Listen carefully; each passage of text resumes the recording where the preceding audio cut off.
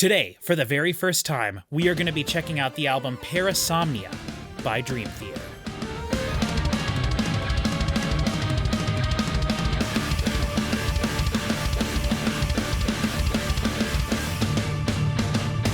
Hello everybody and welcome back to another album review / reaction here on the channel. My name is Patrick, this down here is Chris, and that over there is my cousin Cody.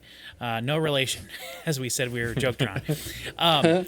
So one thing we got to say right away, this is going to be very exciting for us. I am very, very much looking forward to this.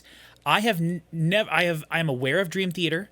I know at one point back when I was in college 20 years ago now, I was shown a little bit of Dream Theater, and at the time it just it was too much for me to comprehend, and I just was so upset that they were so great, such great musicians, and so I kind of just completely dismissed them and actually hated them and ignored them. And I feel like I've matured so much as a person since then, and so I'm very excited to give these guys another shot. Cody is unfamiliar with most metal stuff. This is a prog metal band, Cody. But we are kind of in the middle of going through, enlightening him to some metal things. Not trying to get him to like metal, but we're in the middle of a metal journey with Cody. And it's fun to have the perspective of a person here that's not very much into metal. And then Chris down here, he has said that he is somewhat familiar with Dream Theater, but hasn't listened to him for quite a while, right? Yeah, Stream of Consciousness, when that album came out, that was... Hello?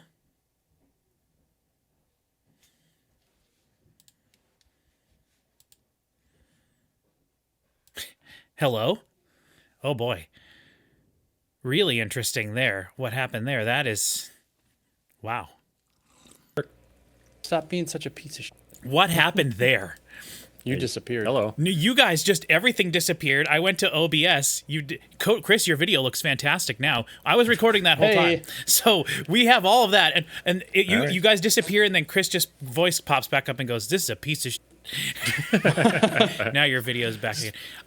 I don't know what's happening. We are going to push forward. All right. We're having some technical difficulties, and Chris has a limited amount of time. He has to leave in an hour and 20 minutes, I believe. It's probably the weather. So we are just going to, So you were saying, what was it? Which album was it? I think it was Stream of Consciousness. I'm trying to look through... Oh, no, Train of Thought from 2003. Stream of Consciousness was a song on that album I actually liked quite a bit. But yeah, that's the last time I listened to anything by them. So been a little while. Yeah, and so for anybody that's joining this video for the first time, this is your first video here on the channel. Welcome, first of all. We generally are a channel that people love to hate, so be prepared for that. We tend to talk over the music. What we're going to do here is try to play the album from front to back. We'll see. There is a chance that if none of us are really vibing with this and we're not liking what we're hearing, we may not listen to the entire thing. Maybe we'll just listen to a few songs, or do just a part of the album rather than the whole. We'll just have to kind of see. I'm anticipating that I will enjoy this quite a bit. I think we'll all enjoy it, actually, a little bit, I think. I think Cody... I don't know how metal Dream Theater really gets.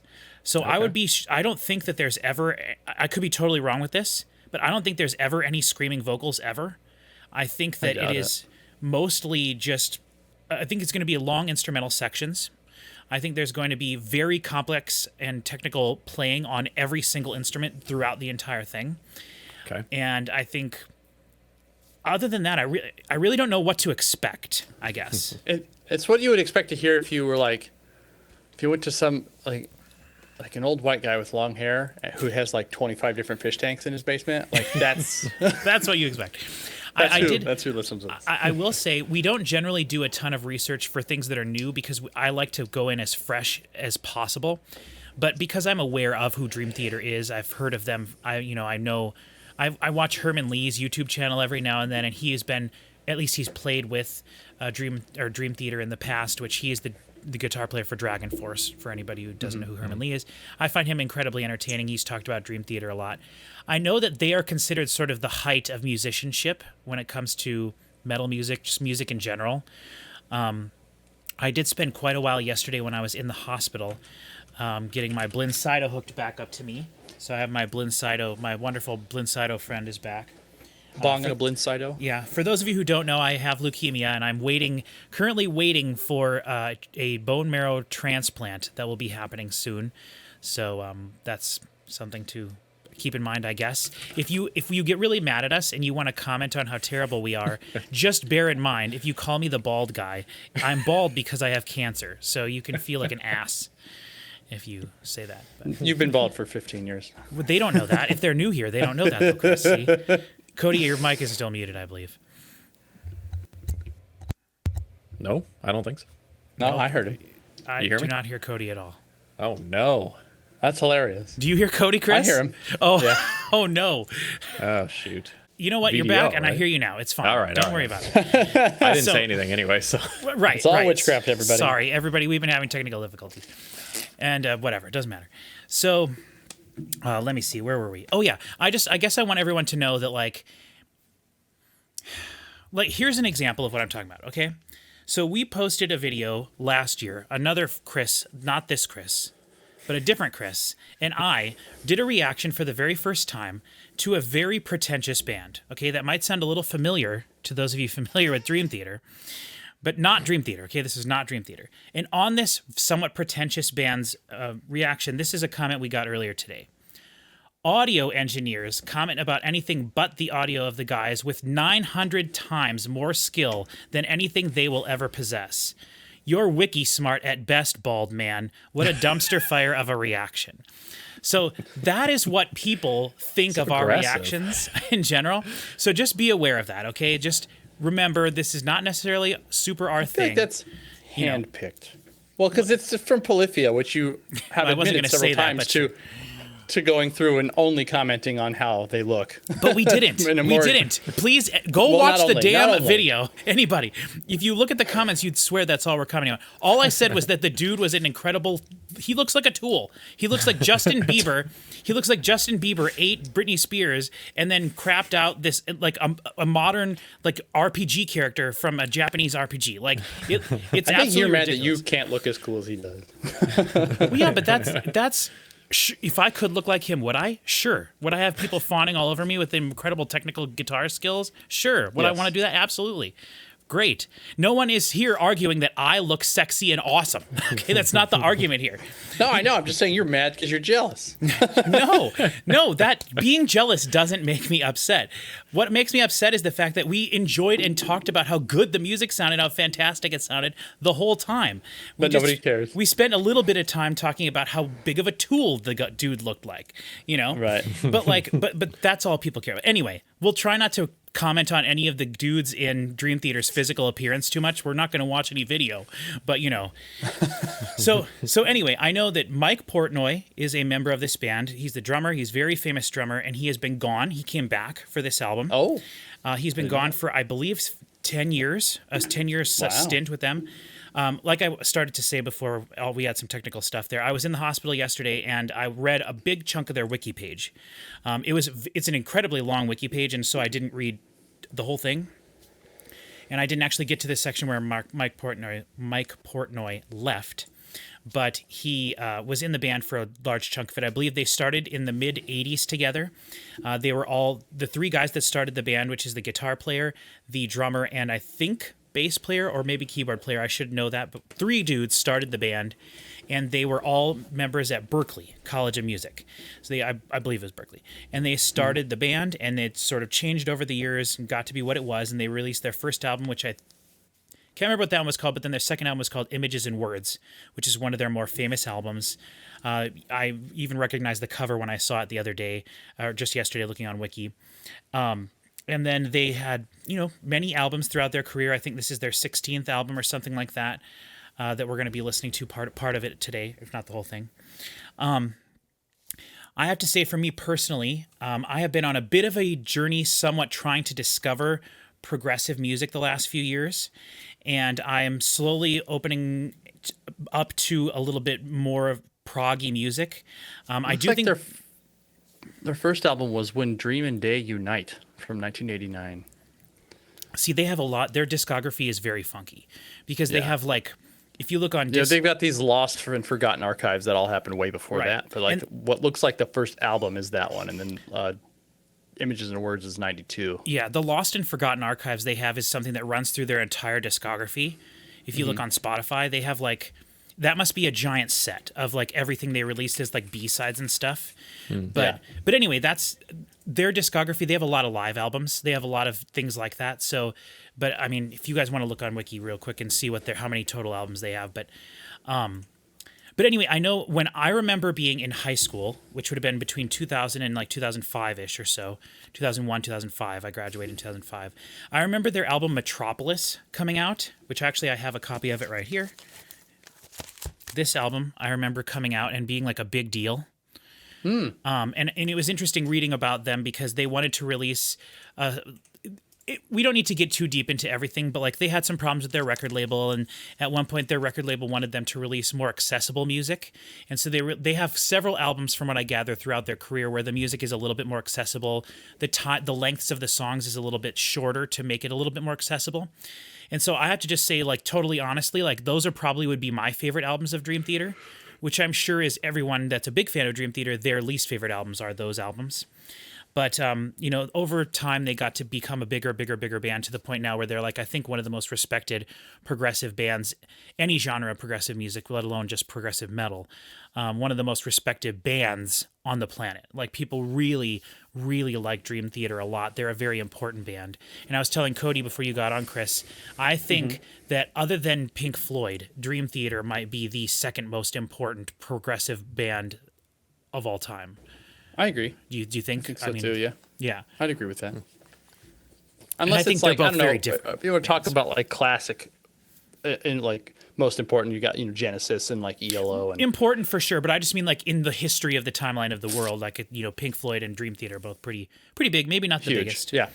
But I will say as well that I learned, and I did not know this, but they were inspired by, I guess, bands. Maybe Cody, you know more about these bands, but they were talking about their contemporaries and bands that they were inspired by were two bands, Queensryche or Queensryche or whatever. I've heard of that band. I've never seen. And then a band called Fate's Warning. And I'd heard of both of those bands, but I did not know that either of them were prog bands. I thought that they were both just like 80s metal bands. Fate's Warning I've never even heard of. Yeah, Fate's Warning I've heard of. I think I've seen some CDs. I did work at a record store for a while, so that's why I recognize covers of albums a lot. But Fate's Warning sounds very familiar to me. And then Queensryche, I think I've seen some... I always said Queensryche in my head, but I think it's Queensryche. Yeah. But I believe I've seen some of their vinyl in places before. They probably have some very famous album covers. But both of those bands are bands that are considered to be like contemporaries of Dream Theater. They were inspired by them. They've done stuff together. They've done big shows together and things like that. Chris, I was also looking. Dream Theater is a big fan of Metallica. I don't know if you know this. It makes sense. But they did a special series of shows, and I don't know what year this was, but they performed the entire Master of Puppets album in one night and one show.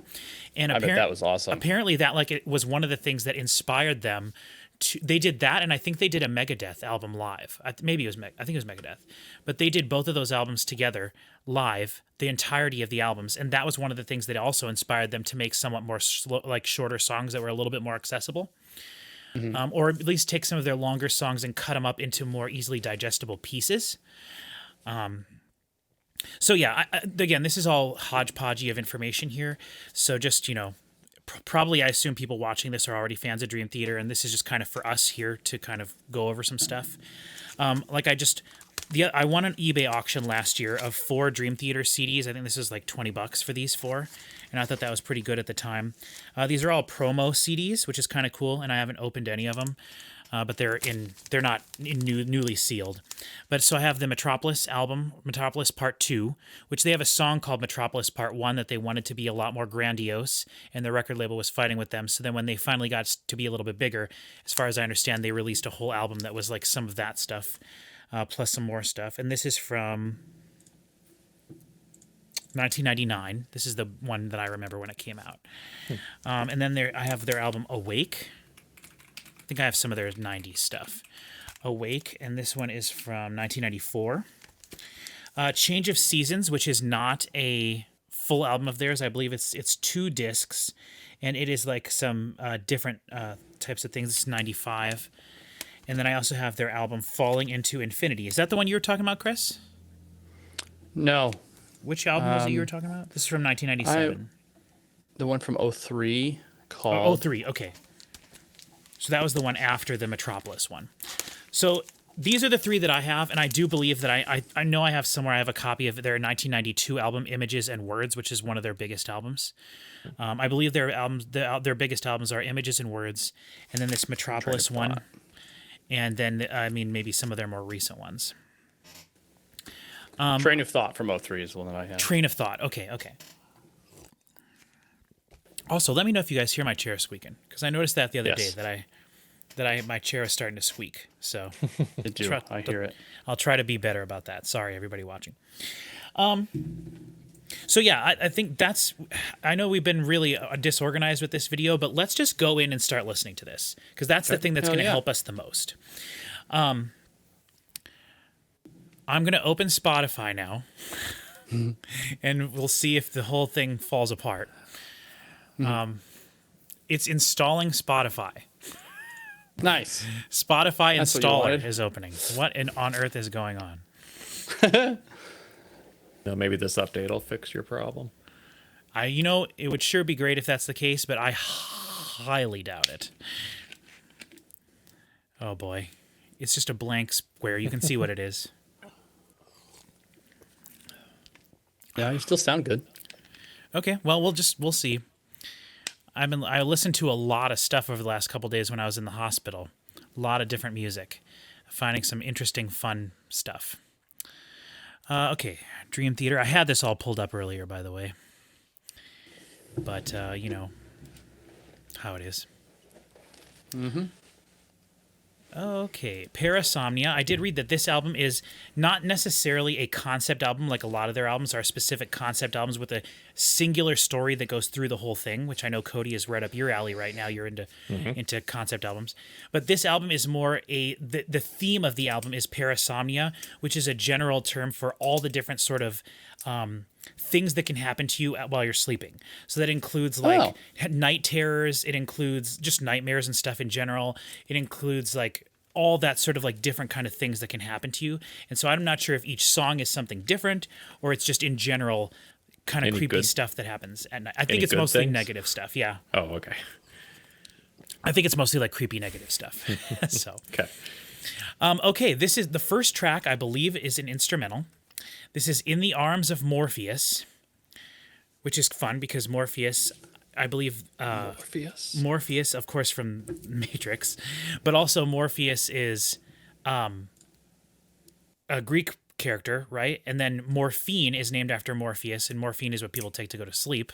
Ooh. Don't know if I'm extending beyond my reach there.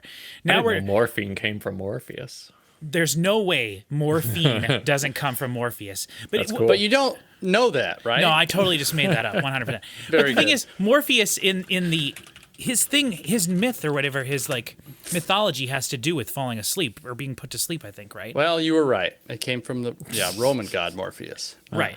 Who's the god of like slumber or whatever, I think. So, but whatever. Okay, it doesn't matter. In the arms of Morpheus. Dreams and sleep. The Greek god of dreams and sleep. Yeah. In the arms of Morpheus. In 3, 2, 1.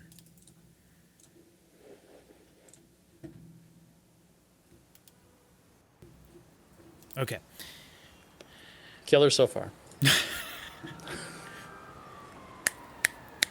I have to say, one of the things I was going to say is, from my experience, bands that start in the 80s that are still going now don't necessarily always change their production to go with the times too much. So I'm curious to see what this sounds like production-wise.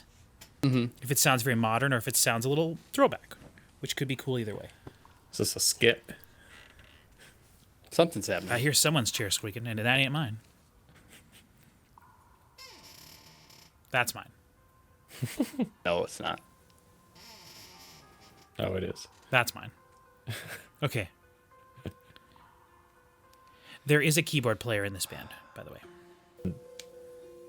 Yeah, for sure. I don't know how loud this is going to get. It's quite quiet to me right now. Mm. I bet it'll have a big burst. And then just... That would shock me if there was a part it of would. it. I'd be blown away if that happened. Cody, I think we're going to get a lot of Amongst the misty ruins of the right. plains of Atherdal, there that. once was a man whose name was Camersal. No lyrics in Spotify for this. I'm pretty sure this is just an instrumental track. Oh, okay, maybe. Yeah. We're going to get lots of time signatures, jazzy stuff, like, as far as I understand. We need to do a video sometime of you explaining time signatures to me. Well, we should. Because I tried watching a YouTube. I tried watching a YouTube video and I didn't understand a damn thing. That's one thing I do know about. Time signatures? Yeah. Key signatures I'm not very good with. Time signatures I got.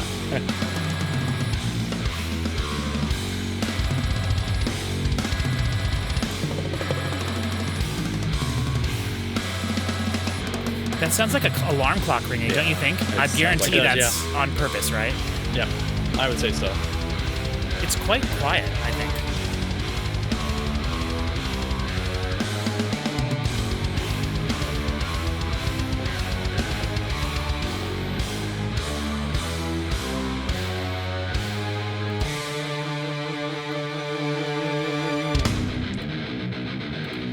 Let's go. Let's go. Nice. Kick drum sounds great. Yeah, the listening position seems to be from the perspective of the drummer. Which is the correct position to mix an album from. Mm-hmm. Kind of genty, very low-tuned guitars. Mm-hmm. I'm sure they use like 12-string guitars and stuff. Not 12-string, but 8-string monsters.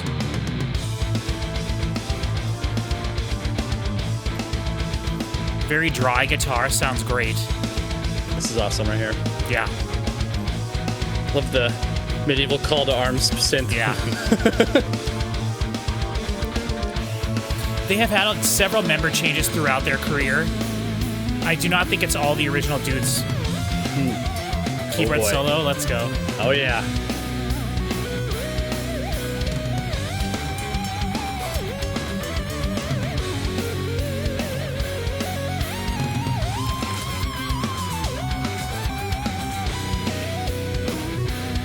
Sonic soundtrack is back again.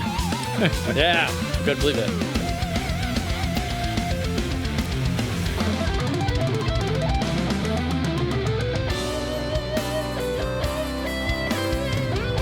I like that switch over to piano.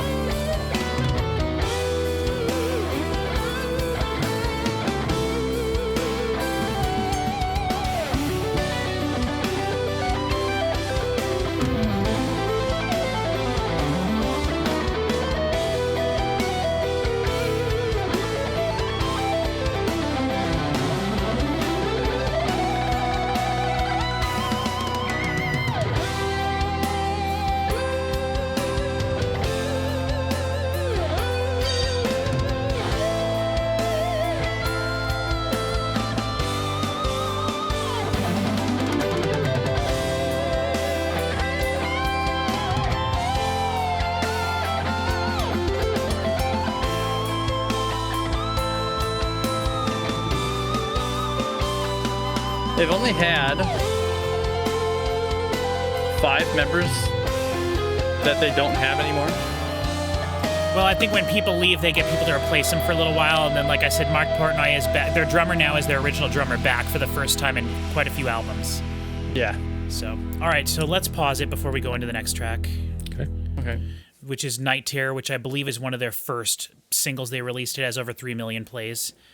Sure. So that'll be the first. I literally have no idea what the vocals are going to sound like here. I'm just kind of going off of like. It's honestly same. Yeah, like I'm just expecting it to be like if someone says prog metal to me, all the things that I think of, I'm thinking of because of what I think Dream Theater sounds like.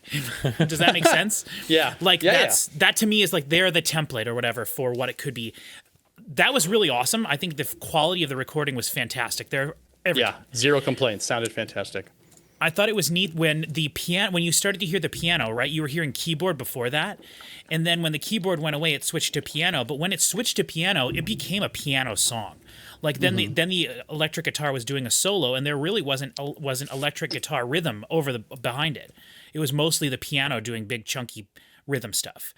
So that was really interesting. Can you look? Are you guys on one of you guys on their wiki page? Yeah, Do they tour with 5 guys? Like they have to have 2 guitar players performing with them, right? Like they're not. I'd say so. Yeah, they current members is listed as 5, and nobody is just like just studio or just touring or anything. So if they have 5, does that mean it's vocalist, drummer, guitar player, keyboardist, bass player? Yeah, guitar, bass, drums, lead vocals, and then keyboards and occasional guitar. So a permanent keyboardist. So the guy who plays keyboards plays some guitar too.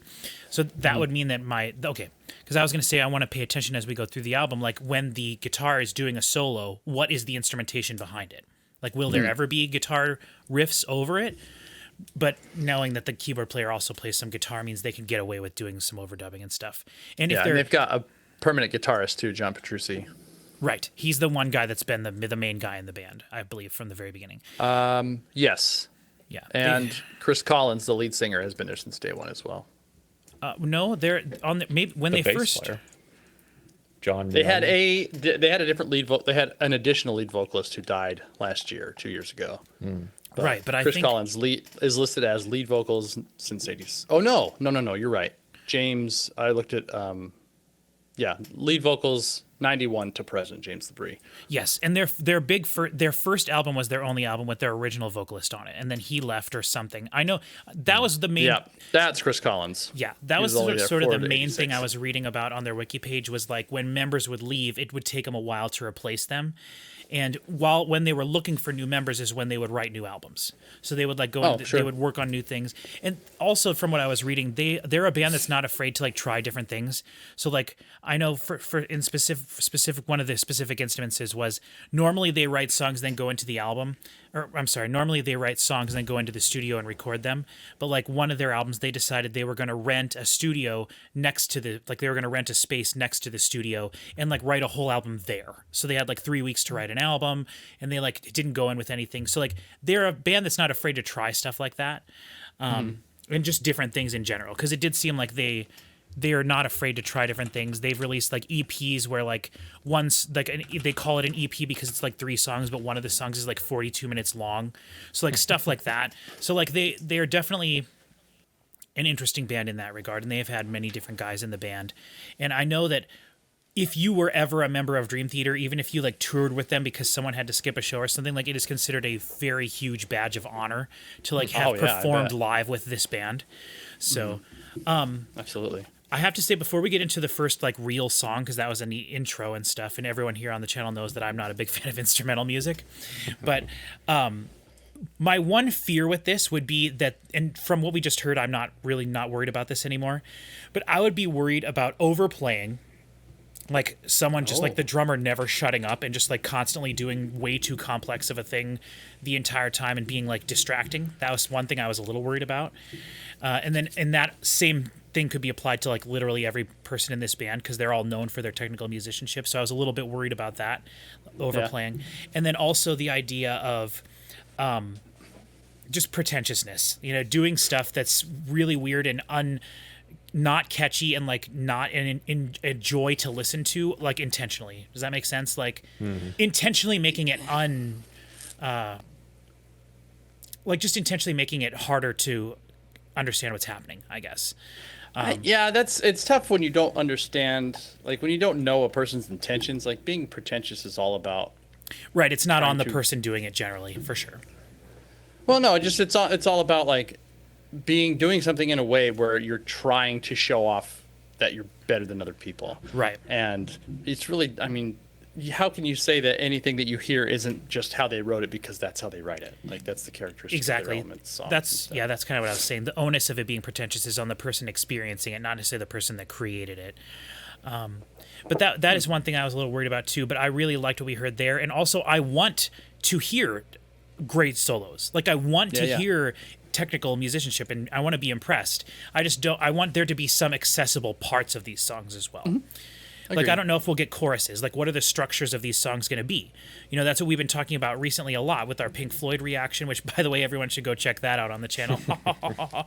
Go check out our Pink Floyd reaction, and then we've also been doing some other things on the channel that are a little bit more progressive every now and then, and we always bring up song structuring and stuff. And so Interesting. Okay, so let's go into Night Terror. This looks like it's the big single from this album. It's about 10 minutes long, so we'll get a good chunk of what this band is actually like here. Yeah. The 3 million plays already, almost 3,100,000 plays as of the time we're recording this. Which, by the way, this album, Chris, just came out 4 or 5 days ago, on Friday last week. So I guess Cool. 1 week ago. So Yeah. that tells you how huge this band is to already have multiple millions of plays in just. Oh yeah, Dream Theater. I have no. I mean, they're huge. Yeah, Yeah, they're huge. they're a big band. They're going to be big. Yeah, they're gonna be huge. These guys. All right, Night Terror in 3, 2, 1. Okay. I really enjoy all of the very appropriate sort of soundscape elements so far. Like it sounds very dream related. Like Okay, sure. even to the point of taking a few notes on things that I make for stuff I'm working on right now. Cool.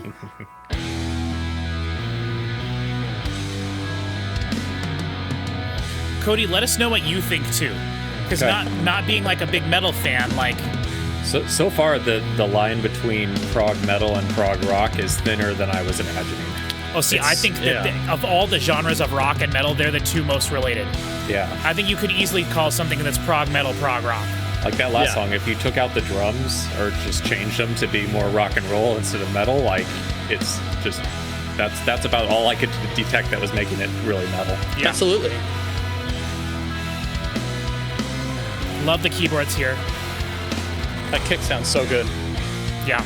It sounds like a real kick, which it probably is. I would guess we're hearing we have everything. one of the best drummers in the world. Like you're not For gonna- sure.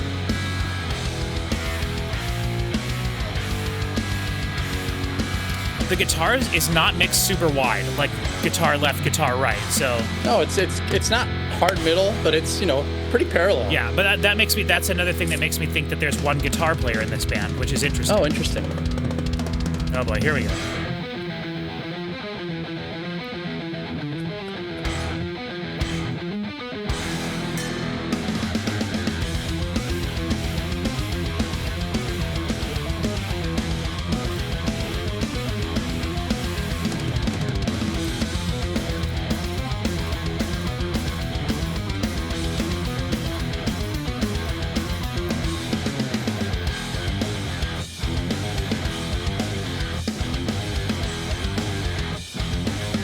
Keyboards are completely gone. Ooh, that was cool.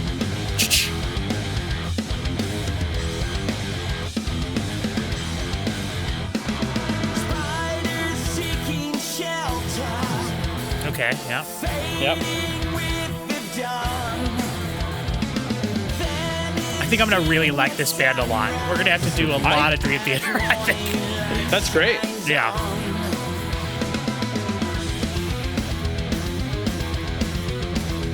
I should have went and got it.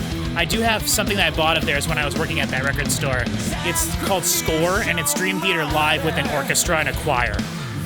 So, is it a DVD or a CD? It's a DVD.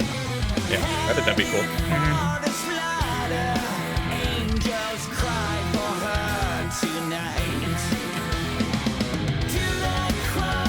Okay, good. There's background vocals, or there's overdubbing. I wasn't sure how much of that there would be.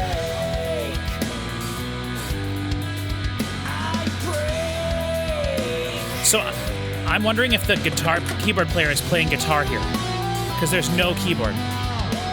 Except now there is, but I bet he is for this part. It's a very keyboard sounding part as well. yeah.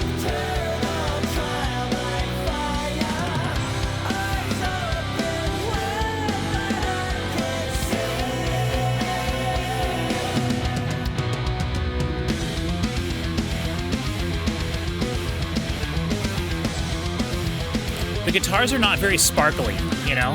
It's a little low pass filtery, but not too bad. Oh boy, okay, here's a weird time signature. What's happening? Yeah, this is a weird time. Yeah, now we're getting into it. If you can't bob your head to it anymore, you know they're up there. They're It's in like there. a YouTube video where they take a popular song. It's like, but I remove every fourth note or something. Yes. You just gotta find it. It's in there. Yeah.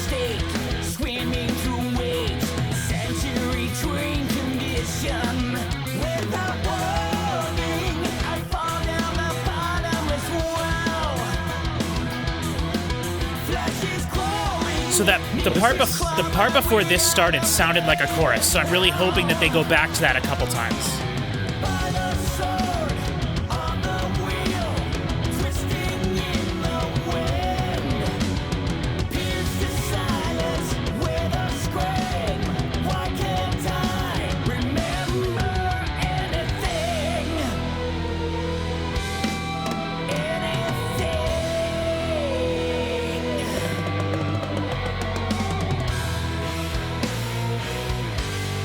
This guitar tone is really giving me Black Sabbath vibes.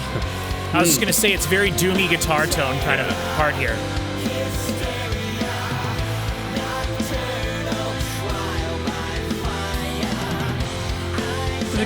Got your chorus again. Is it the same thing? I think. Oh, that piano flourish. Oh boy.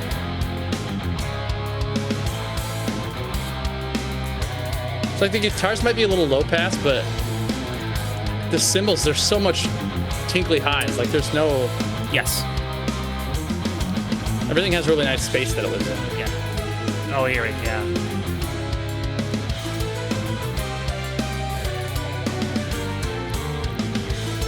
Yeah, some nice... That's a Mario very Kart. 80s sounding synth, yeah. And they were talking about swords and stuff earlier, so I guess according to Gene Simmons, this would be close to considered metal. That's right. I didn't hear anything about elves coming out of the ground or anything yet. No, maybe the next song. Yeah. There's still 5 minutes of this one. That's true. Maybe in the last 5 of this song. It is about dreams, so it could go anywhere. We got to get a shredding guitar solo, I assume, right? Okay, so that's guitar on the left, keyboard on the right. Mm-hmm. God, you can hear all of it. Everything just is so lovely. It's well, because there's nestled. not a lot of layers happening, which is nice.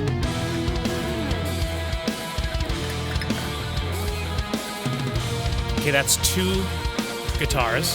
One left, one right.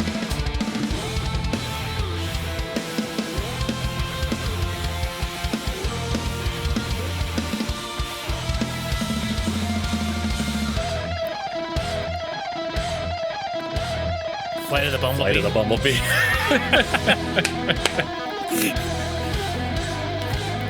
I mean, there's a lot of stuff that we listen to that's, pretty simple in construction. And everything here is just, bass has a spot, kick has a spot, it's all there.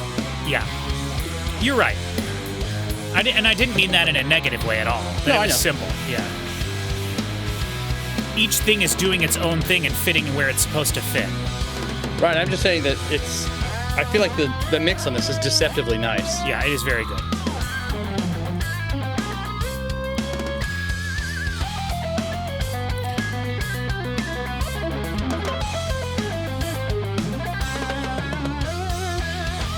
Those tiny little tom things, those... Yeah, those are great.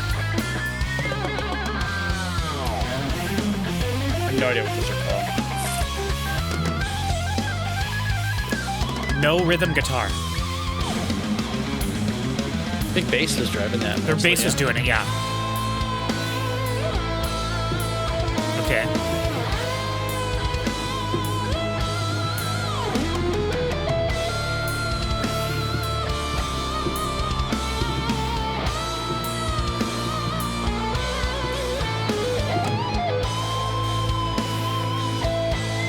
So now this is a solo with rhythm guitar behind it.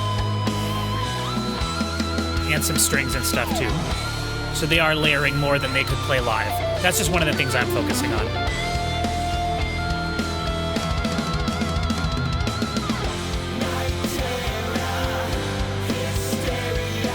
Okay, yeah.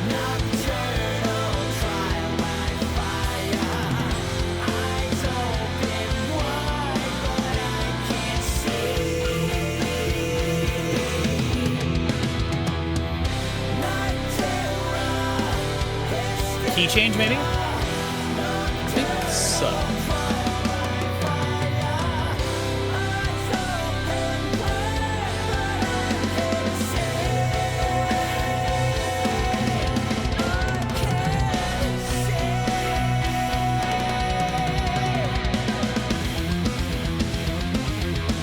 to the opening riff.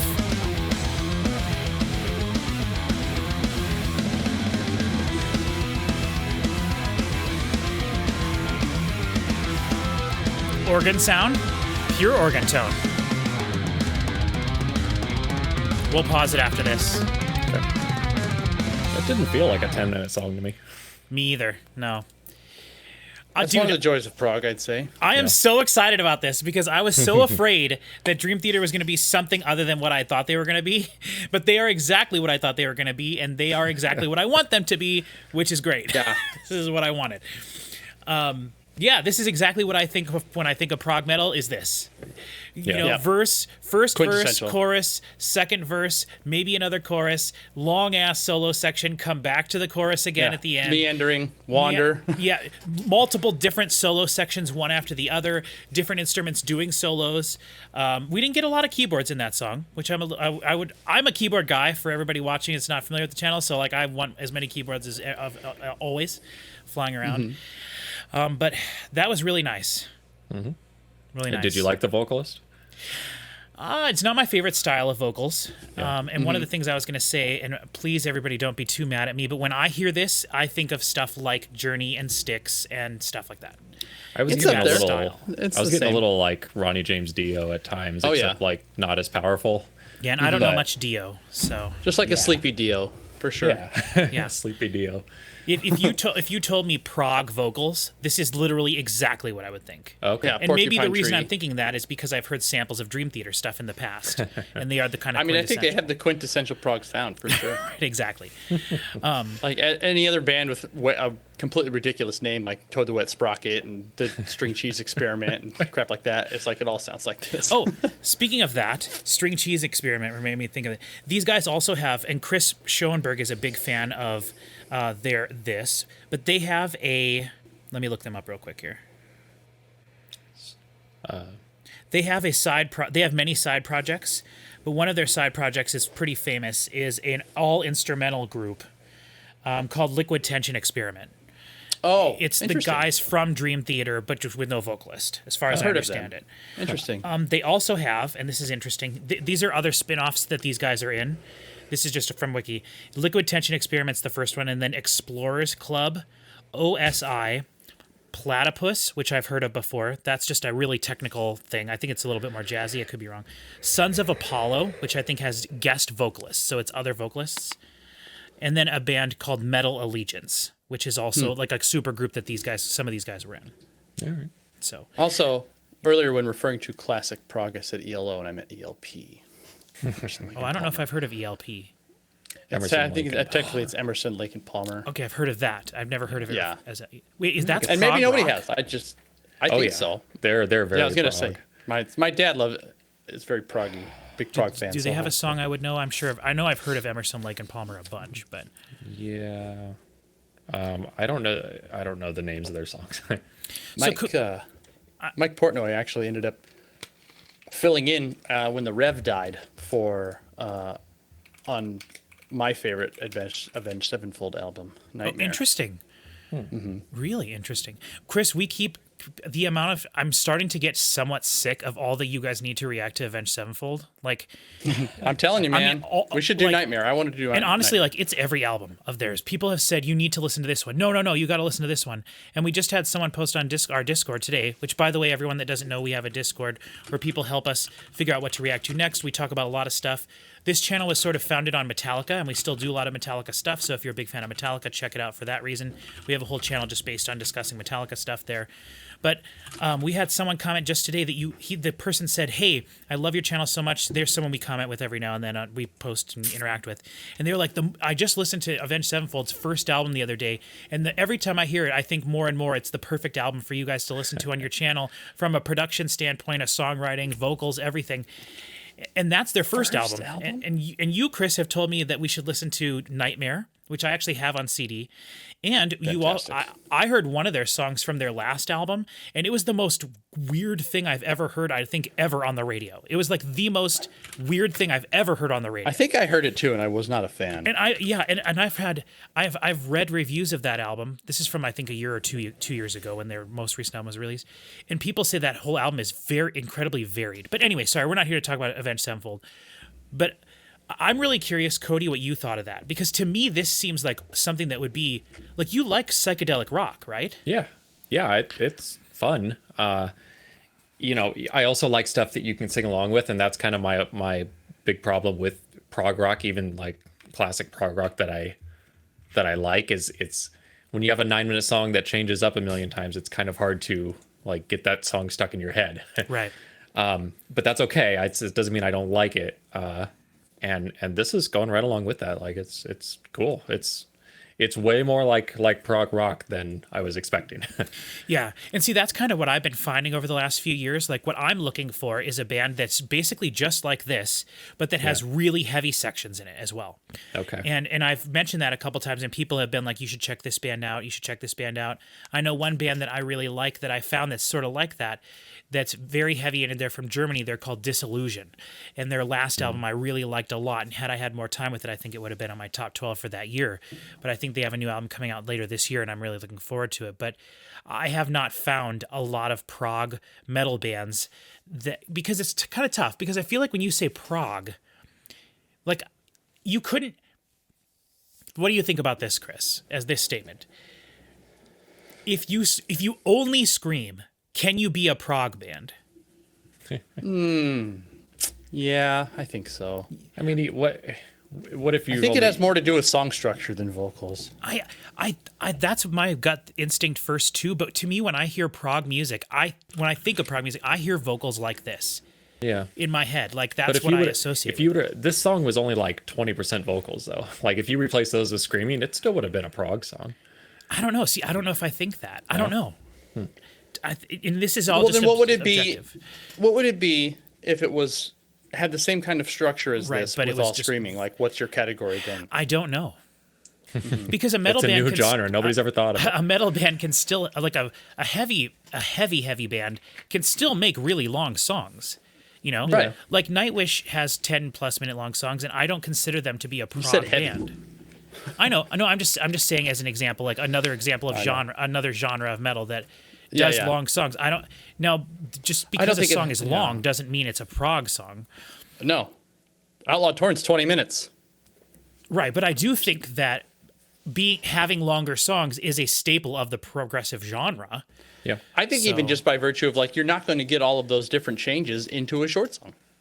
Well, for sure. I mean, yeah, it'd be silly if you did. It would necessitates having a long song, yeah. Right. But there was like instrumentation parts of this that just sounded like Emerson, Lake and Palmer or something, just for like a few seconds, you know. That's interesting. And I don't know exactly what that is or why that is, but you wouldn't hear something like that in just a long metal song. But I think that what you're hearing is it's the musicianship. Mm-hmm. That's what that is, because they're not just playing power chords. And I'm not here to crap on anyone that any simple music, because that's the kind of music I make when I try to make music that sounds like, a hundredth as terrible, worse than this or whatever. Like, I don't think anyone's going to disagree that this is more complex than right. But what I'm just saying metal. what I'm saying though is, like, to me, like the mere fact that a band will play chords on a guitar is. If you're playing chords, you're already doing way more than a majority of bands that are metal bands. Because so many metal bands just do heavy chug stuff, which again is great. I'm not crapping on those kind of bands at all.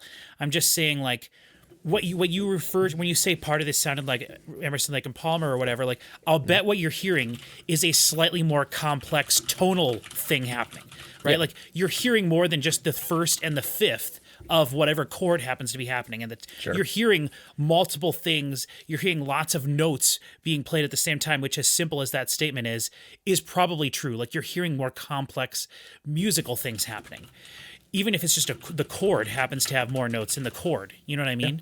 Yeah. And then the turnarounds and things like that. And when you go from a 1 to a 5th is fine, but what if you go from a 1 to a 7th? You know what I mean? And then from the 7th to the 4th, like, there's a lot of different musical things you can do that make it sound more complex that a lot of bands would not do. And that's why it's fun when you find a band that can do all these things together, you know, and that's That why part it's in the fun. middle where they switched up the time signature was wacky. Yeah. And I was used to really that. curious about that too, what you thought of that too, because I don't know. It just feels like something was wrong. It's like someone just cut pieces out of the song. right. Well, and it's not even that they changed the time signatures; that they intentionally picked a goofy one. Okay. Right, they were playing on doing polyrhythm stuff, but I do think that it could have been that they did literally change the time signature, because I think that's going to happen a lot in these songs, and it's hard sometimes to tell, you know. But you know, that is something, Cody, that in metal is not a super uncommon thing to have, like weird feeling polyrhythmic sounding like stuff, and it doesn't. And like Chris said, it's not necessarily that they're changing the time signature. You're not necessarily going from 4/4 to 7/8 or anything goofy like that, though it could be stuff like that.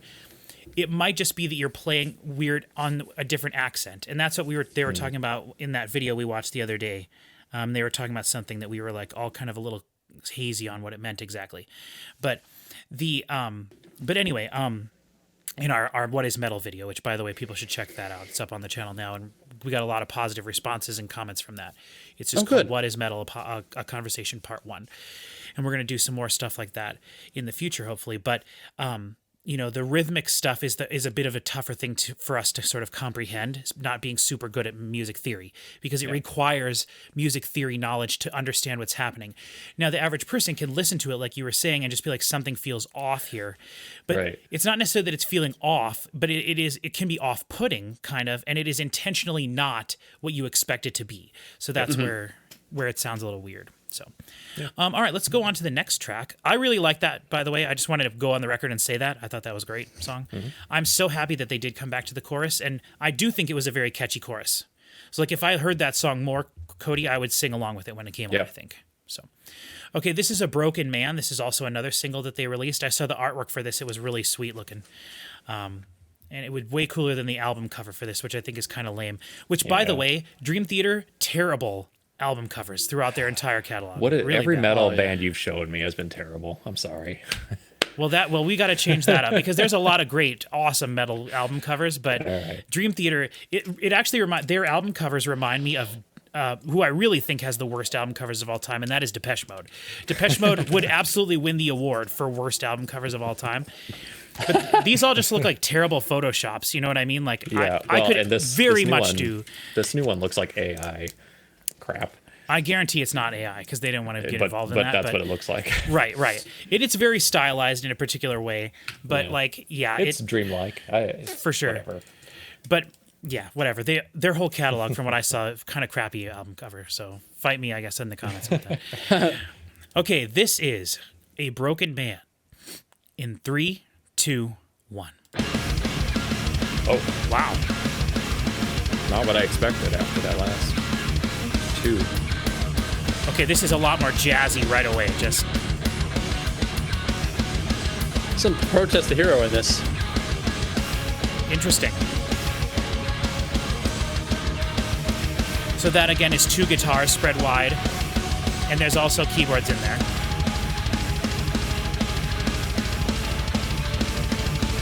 Man, just taking this thing for all it's worth. Yeah. How high can it go? There we go.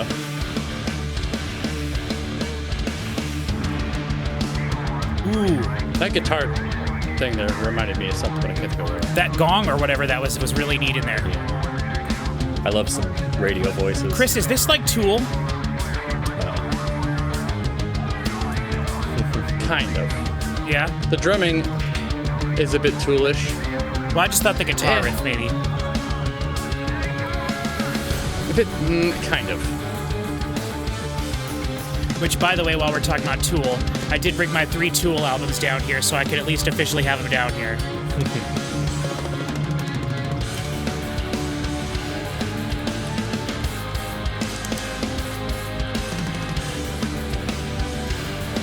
So that was, those sound effects in there were like of a battle or war or something, right? Some kind of military type thing. Ooh. Yeah, it sounded like yelling. It was something. They said incoming or something. I like the keyboards here. Very hopeful, like almost churchy. Yeah.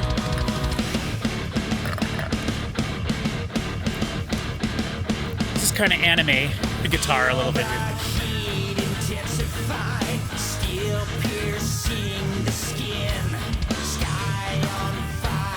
Little Dave Mustaine here. Okay.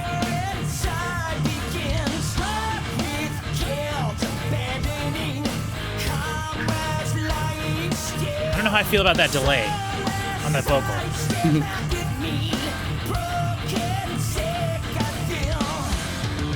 I think I like it.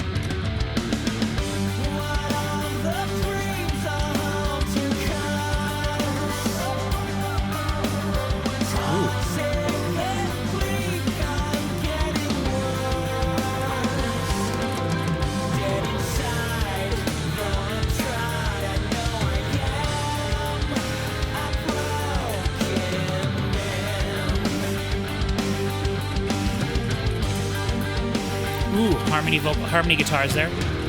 Little piano. Ding-a-ling. Yep. A lot of tom work. I'm not a big fan of overuse of toms.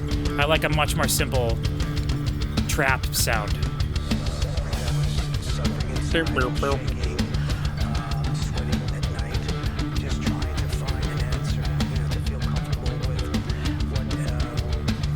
I hate talking in the middle of songs too.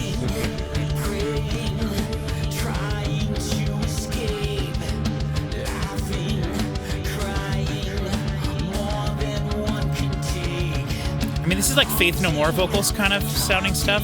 A little bit. It's very 80s sounding, I think. Very nasally. Interesting vocal effect. The vocal sounds phenomenal, though. Like the microphone choice, very clear. It's not overcompressed at all.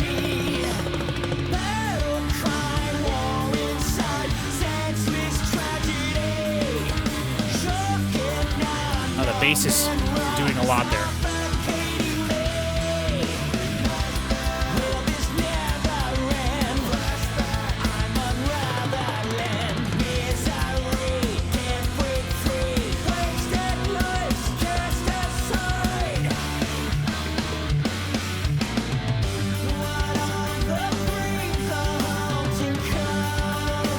Chorus.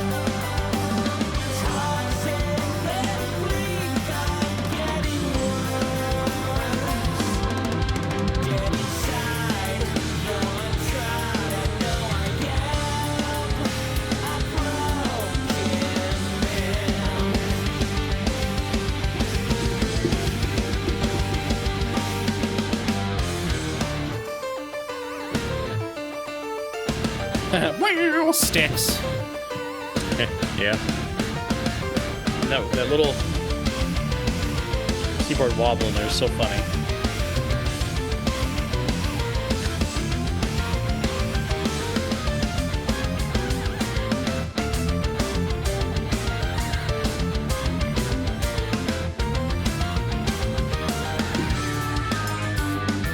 Ooh.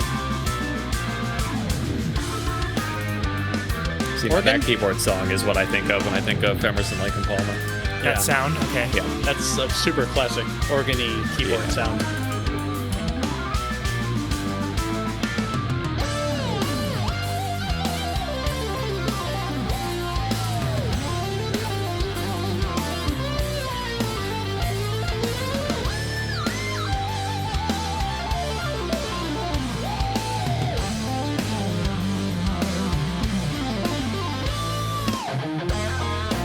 Ooh. Nice.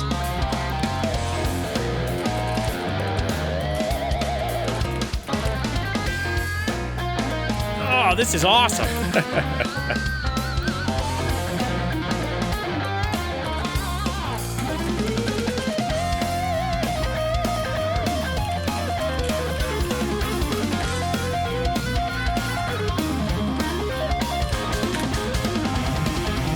Ooh.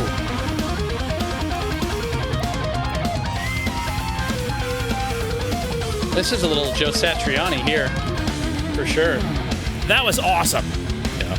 More of that, please.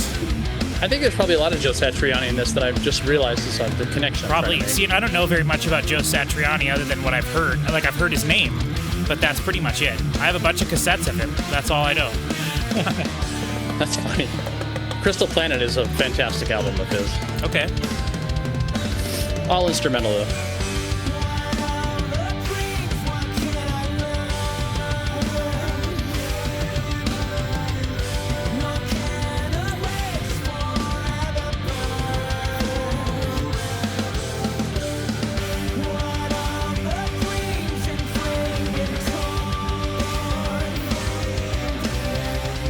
Ooh, I like that. Ooh, that's cool. That little rhythmic thing in there.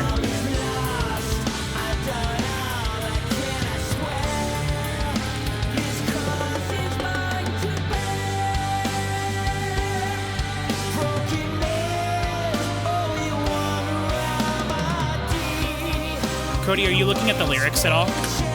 Yeah, I got them up. Okay, just let me know if you notice anything interesting through them. Or you, Chris, too, same thing. I do not have them up. I don't care. I've got the wiki up. A lot of dream stuff. Okay. Nothing related to this at all.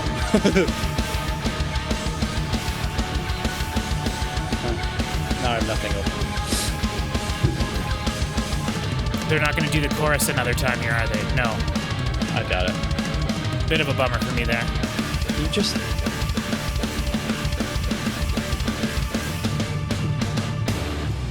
Very cool. Yeah, there's a lot of familiarity in a bunch of that song. Just had like, I recognize this, and there's some Metallica there, and there's Cetrion here. Like, probably my favorite one so far of the two. I was just gonna say I think I like that one better too. I love the keyboard solo. That was like a cool thing to me, and I'm a sucker for keyboard solos. I am a big fan of Children of Bodom, so I'm very familiar with keyboard solos. Yeah. Yeah, that jazzy part in there that was like just totally different. Very cool. That was really neat. I don't know if it necessarily felt like it belonged with what they were doing, but maybe thematically. It felt like we were all in like all of a sudden in a nightclub, like lounge. Well, maybe something happened in the dream. You know, like that's the thing. Like you can make the concept and make it work, which is kind of cool. You know, right? And I kind of like you mentioned you don't like people like talking, whispering in the background of songs, but that's very dreamlike and like sure. There's a guy talking. Oh, wait a second. Now there's this going on. And yeah, and I do think in metal, it's not especially like more classic metal. I would consider it talking in songs like is a much more like. Yeah. You know, I mean, it's super like eye-rolly cliche to me, but like, you know, as the songs go, like just Gene Simmons would love it, right? As the song's going on during the bridge, the guitars break down and some guy comes in and is like, the dragon fought its way to the keep and here comes it. Like, there's a reason we all laugh at that, but like that has to exist somewhere in pockets of music. Well, even Metallica does like Enter Sandman, right? Right. Well, right. Yes, and they do it in a lot of their songs. Do they? Okay. Well, not a lot, but Ronnie, the greatest Metallica song of all time. I just feel like. I don't get that, but that's all right. I just feel like whispering in someone's ear is very much a like dreamlike kind of a thing to put in your song. Yeah. And I did like when that talking part did come in, it was low. Like it reminded me of Pink Floyd, right? Because it was like you had to like search, you had to really pay attention to it to get what it was saying. Yeah, and then when the vocals came back after that, they were clearly like lead vocal volume. Mm-hmm. Where the talking part was not. It was a like sample volume in the back, like more of a background thing. Yeah. Which is, like you said, very dream-like. So yeah, totally cool. Yeah. How'd you feel about that one, Chris? Other than the fact that you liked it a little bit more. It's interesting. It's starting to unearth the memories I have of the album of theirs that I used to listen to a lot. Gotcha. Mm-hmm. See, in the way that this sounds to me, like I would not be surprised if their earlier albums, it does kind of have like a 90s mix to it, really. So like I almost wonder if their older albums don't sound that much different from this, you know? Well, is it because they got this guy back? No, because this guy's been Mike Portnoy was a member of the band for most of their just not the last like 10 years or so. Oh, but, and he's just the drummer. I mean, it doesn't really. Okay. But that does affect things. But I think Mike Portnoy is one of the producers of all this stuff. Like he works on the way it sounds too. But I don't know. I would be curious when a band has 20 albums. Like, do the fans of this like, is this good? Compared to all their other stuff, or is it like their first 3 albums were always going to be the best and that's it? I was wondering that earlier right before we started. I was like, we could be sitting here reacting to what most of the fans think is their worst album. Right. Yeah. I don't think that's the case with this band. I think for a lot of people that are into this band, when they release an album, it's like a pretty big event, kind of like Pink Floyd, from what I gathered. You know, Pink Floyd has a lot of their front half of their catalog is loaded with all this fluff stuff, from what I understand. And then once they got to be as big as they got, then it was a special event when they would release an album. Sure. And I think that's kind of what Dream Theater is too. But it is kind of neat. I was surprised they had as many albums as they do. I was thinking that they were only going to have like at max 10. You know, but and I was thinking even maybe less than that, like only 7. And then it's like a big deal when they release one. But instead, they've been releasing music pretty consistently. So I mean, they've been dropping albums for 40 years. Like if you even just take out like 2 or 3 a year, it still is going to be high because it's just such a long time. Yeah, for sure. And a lot of their stuff is live stuff and whatnot too, like I said. So it's kind of. But Chris, you need to leave when around. In about 20 minutes or so? Yeah. Okay. Well, let's go ahead and listen to another song then. Yeah. And actually, if we combine the length of these 2 songs, that's about 20 minutes. Let's just listen to both of these together. All right. Oh, wow. Okay. And then we can we'll go back through our notes to figure out. Okay. Well, let's take some notes. I got some notes, and I got a pencil here. Yeah. I'm just going to give my thoughts while I'm listening to it. Yeah, no, you can't talk during the music. You can't talk during the music. For 19 minutes solid wandering through dreamscapes. Okay, this is Dead Asleep. In 3, 2, 1.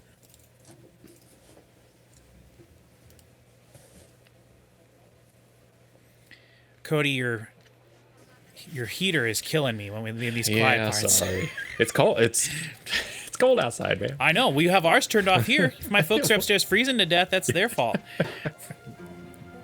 It can always be fixed. Okay, I like this. It will be fixed, yeah. I was hoping we get some acoustic, softer stuff. Really hope. This is great.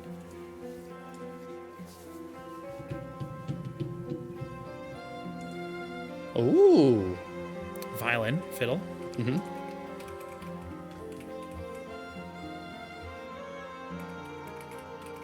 Love that. That's nice. I wish it wasn't so far away.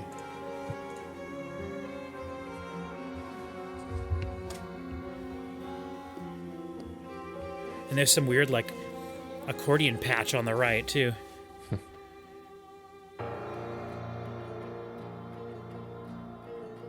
Ooh.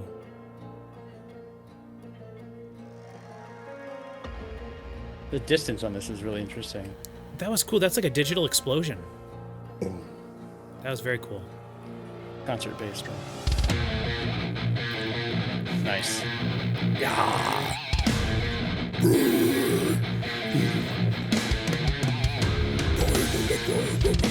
I want it. I want it in there. It's not coming. This sounds so different, sonically. Yeah, those guitar lines are very Pantera.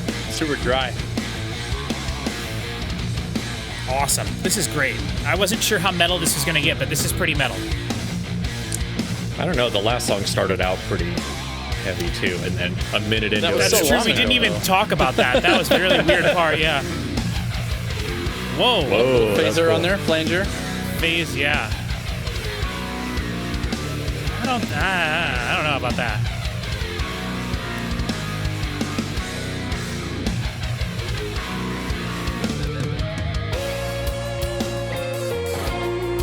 Hopefully this isn't an 11-minute long instrumental. I will say I been using a lot of flanger on my stuff I've been working on lately because it takes place in dreamscapes, and I feel like there's an appropriate element to that. Awesome. I hate to report it, but there's no lyrics button on this song.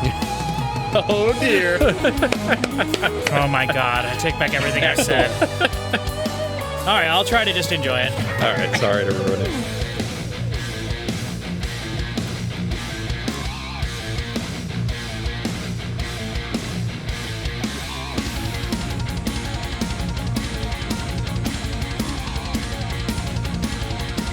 Wandering, so many different right? keyboard sounds.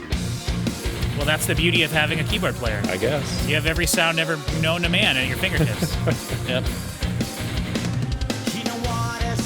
Oh, what? That'll teach you. Come on, Spotify. All right.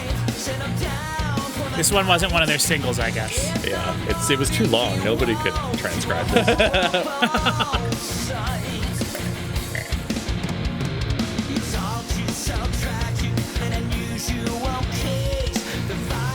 This is great.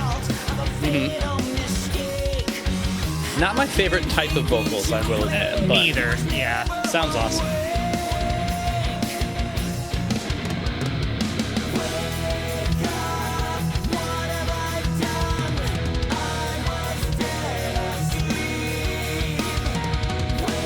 Love the piano.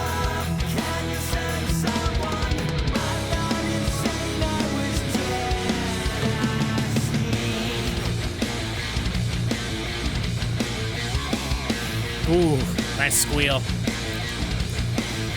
They really commit to this dream theme for this album. Yeah.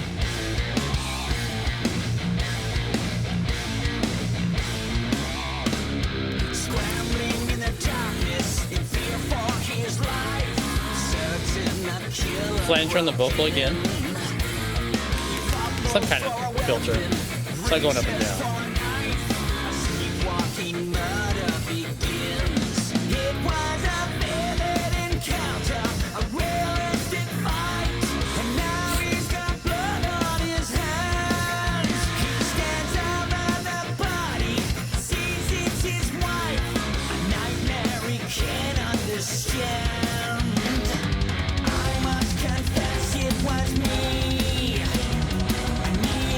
I love that. Choir patch or choir. I mean, I don't want to say this because it'll offend people, but there's a lot of Nightwish in this. Yeah.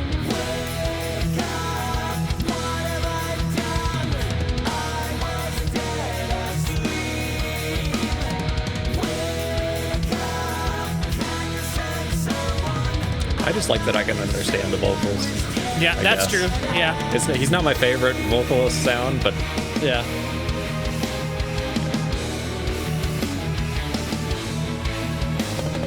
See, now none of this is heavy. Yeah. Just from, the many conversations of what is heavy and what's not is all metal heavy and blah, blah, blah. Yeah.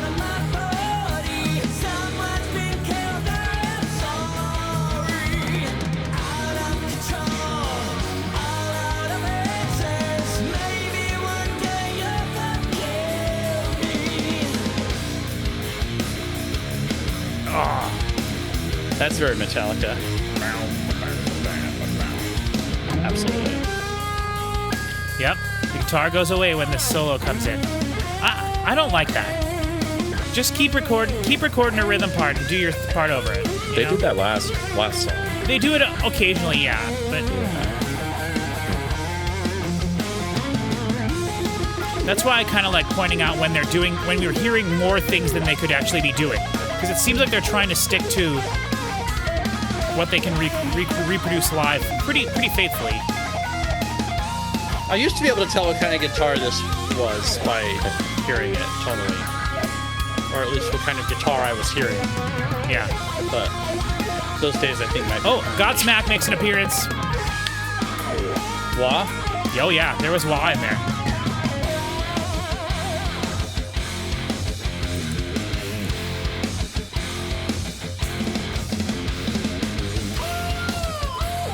Let's go.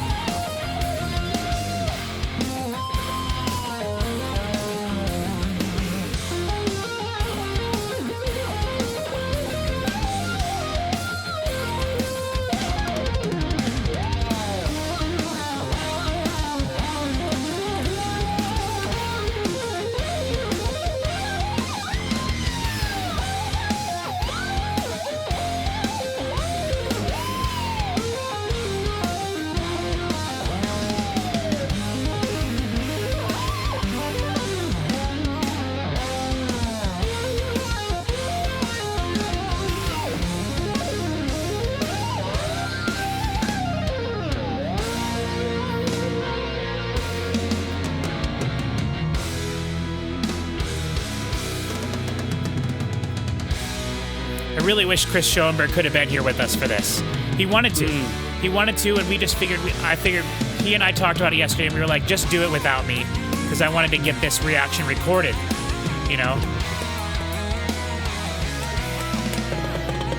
But I would be really curious what he thinks about all this. Like, this is great. There's multiple guitars here, and I mean, that was, yeah. I like that. Yeah, I love the way that the progression, the vocal, that slide in there, awesome.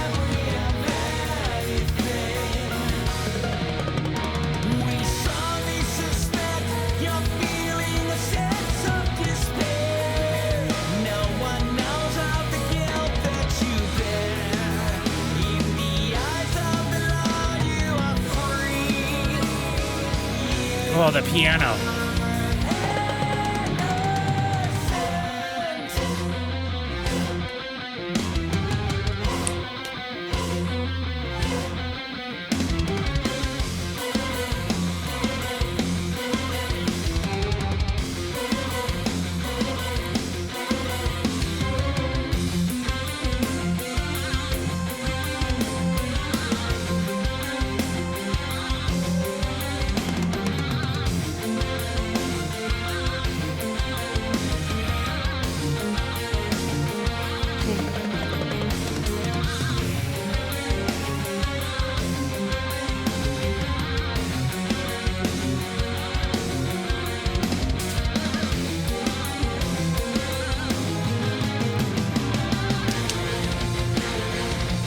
Oh, this sounds great.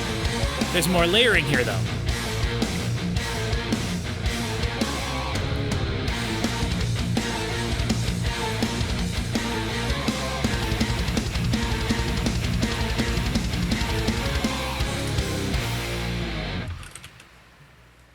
Oh, interesting. What do we got for 30 seconds here? Yeah,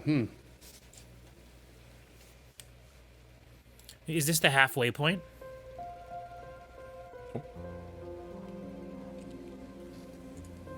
We're gonna keep going through Midnight Messiah then. Okay. This is cool. That song I felt for the first time got a little long, I thought. The solo section a little long. Okay, It didn't keep me as interested as the last one. Okay, now we're going into Midnight Messiah, I think it was. Midnight Messiah. Right now. Okay. the Metallica in this. I was going to say this is very Metallica.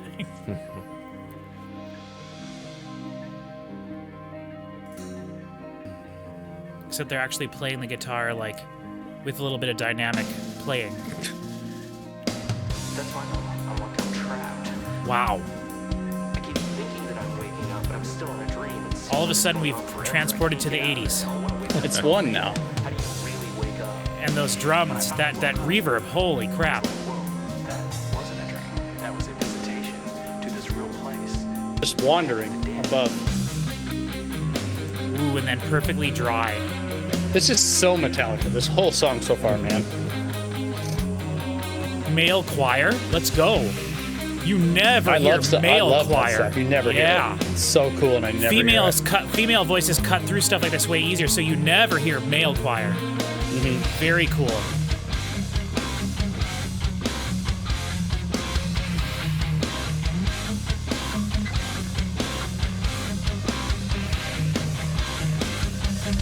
Ooh.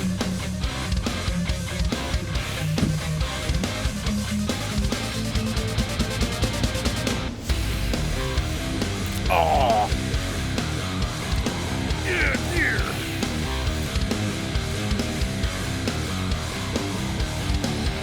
I love that. Yeah. Yeah.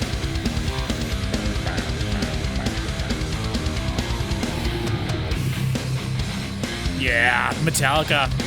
The most Metallica, this whole song. Well, because they started palm muting the guitar, actually. Yeah. Which, yeah.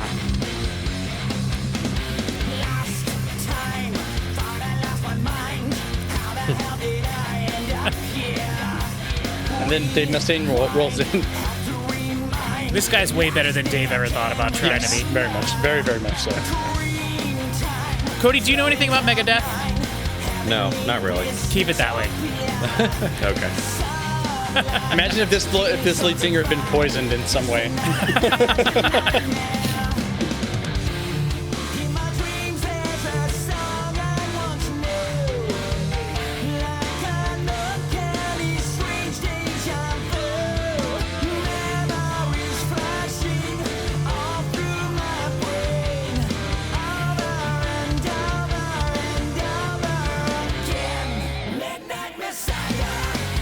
Ooh. This is Megadeth. Yeah, right?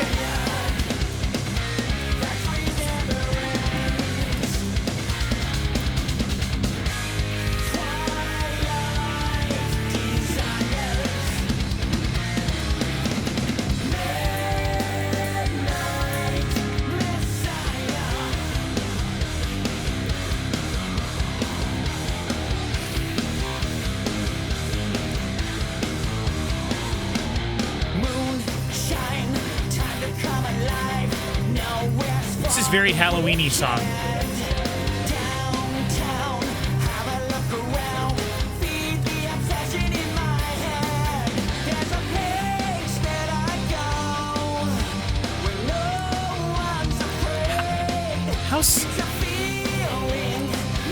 How serious is this? Is this like playful fun, like tongue-in-cheek, or is this like everyone like, no, this is, no. I think this is fun, right? Yeah. Yeah, that's what okay.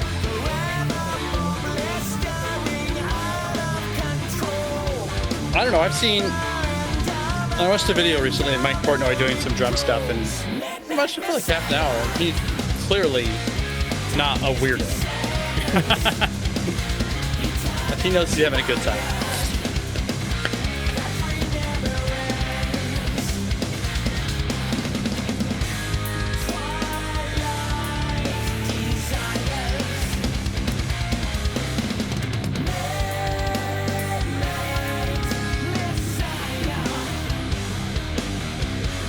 Well, that's such a weird transition back into this riff. Mm-hmm. Feels so weird.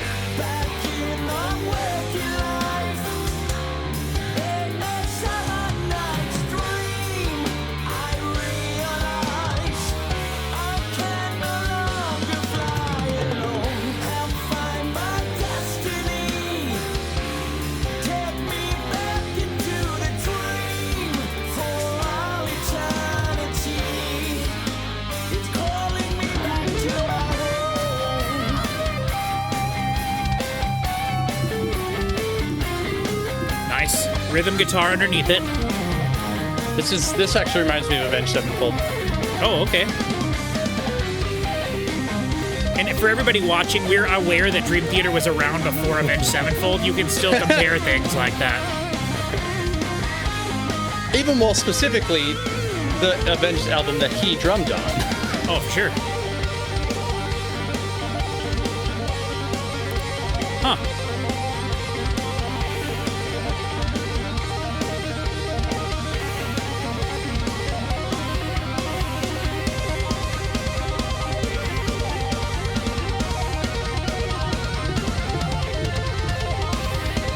Okay,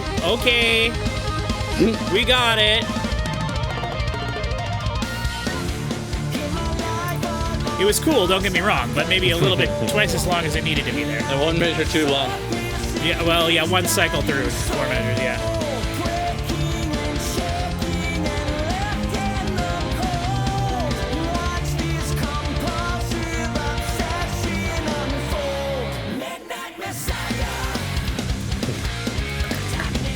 It startles me every time they say Midnight Messiah. Yeah? So weird.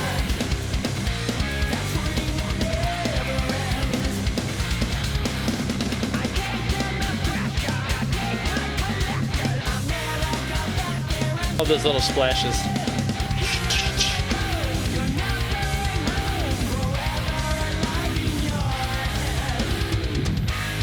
Ooh, that was cool little. Ooh.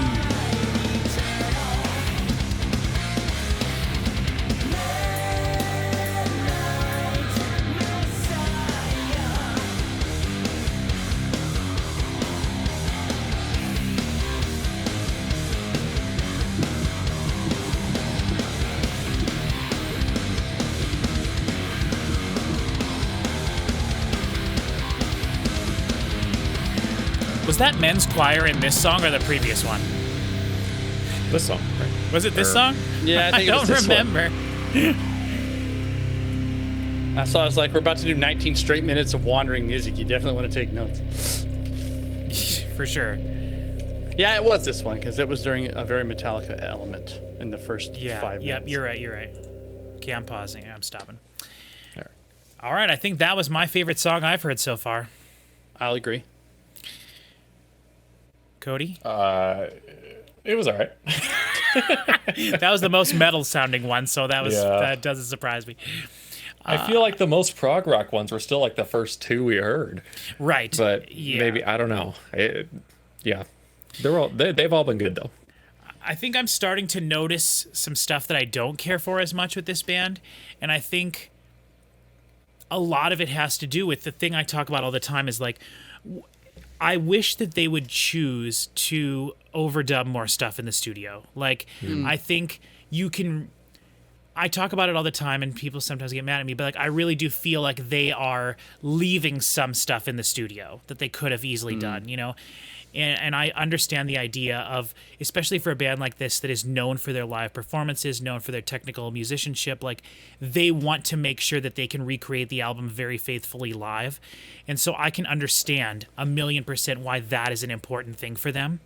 But I just keep thinking like, man, imagine all the cool things that they could be doing over this section, you know? And that's... And I mean, think about when they started too, like more of their... I guess it's kind of 50-50 in terms of their career and when they could have, you know, how much easier it would be to add a whole bunch of elements now. But for the first 20 years, that didn't exist and stuff like that. So. Yeah, I mean, even just the fact that like having 2 layers of keyboards would mean you could have like a choir and a string part. You know what I mean? Yeah. And like they're not really doing that, which is fine. And again, that's more on... I always hate when I say I wish they were doing this because that is totally on me and not on them. You know, when we comment on this sounds like this or this is this, instead that's on the band. But in this case, I'm just saying I personally think I would enjoy this more if there was more things happening at any given moment, which I hate to say because that feels like kind of a crappy thing to even complain about. But I do like everything I heard there. There were some really badass riffs there I thought were really cool.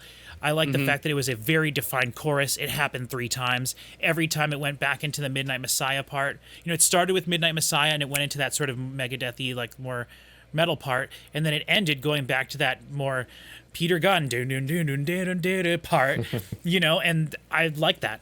I liked it every time it happened. Cool. Okay, Chris, you need to take off. You're going to go get your hair cut, right? I think is what it was. Yep. All right, so next time we see you, you will have a different haircut. That's true. Or the same one, but shorter. You know what? Yeah, I guess, yeah. Yep. All right. Okay, well, thank you so much, Chris. Screw it. You don't need to see the Spotify. Sorry, everybody. No. You won't see our Spotify anymore. Okay. I think I pretty much said what I wanted to say. Cody, you want to move on to... I'm ready to move on. So I'm assuming that this next one, which is 1 minute and 28, that this is an intro for the next song. Yeah, we could probably just go. So let's probably do those 2 together. Not really looking forward to the 20-minute track at the end. You know, we'll see. I was debating about whether we would do that or not, but we'll just see. All right. All right. This is Are We Dreaming? In 3, 2, 1.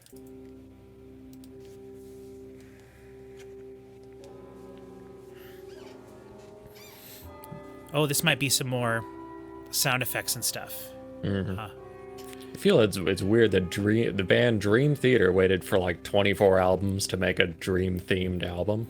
See, if you told me every one of their albums... I mean, they have one of their albums I have is called Awake. Okay. You know, and this is a change of scene. Like, I'm assuming most of their albums is about dreams. Yeah, maybe. It's just very explicit with the lyrics on this. Oh, I'm sure it is, yeah. There's no subtlety here.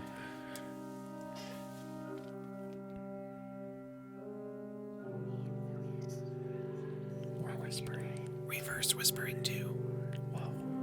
Here, I'll reverse this part. I'm going to say something really awesome and I'll reverse it and no one will ever know.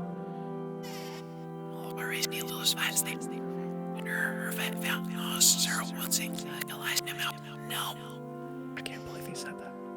I know.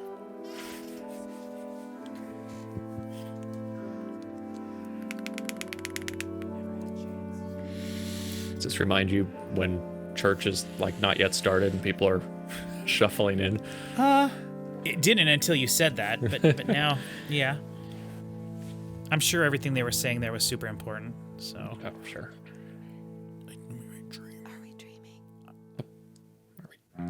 That was the one clear whisper there. Yeah, which is cool. I don't mind that. That's cool. I think if you're going to have 20-minute long tracks, why not just include that at the beginning of a song? but well, I personally like it when the song starts when the track starts. So you know. That outro on that on Dead Asleep, that like 45-second outro was kind of weird to throw in at the end. See, I didn't mind that. I like that. I like having stuff like that at the end of tracks rather than beginning. Okay, how long is this one? 7:24.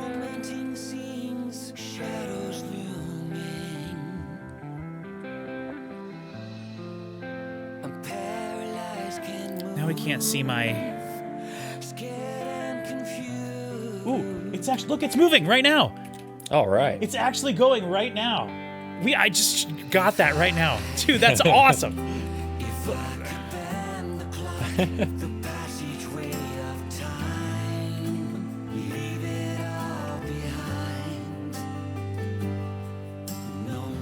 And the color on it's good. Yeah, I need to It's not too screw bright. this big one. Yeah, get rid of that one. I don't like these lyrics or these vocals at all. The whole album, you mean? No, just this song, This how part. they're singing it.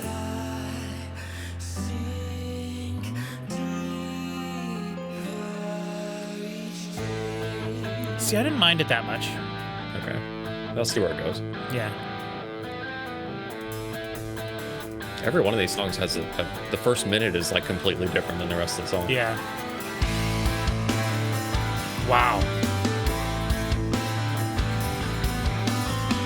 You can really hear everything in the guitars. Like, it's clear this is like a guitar-based thing.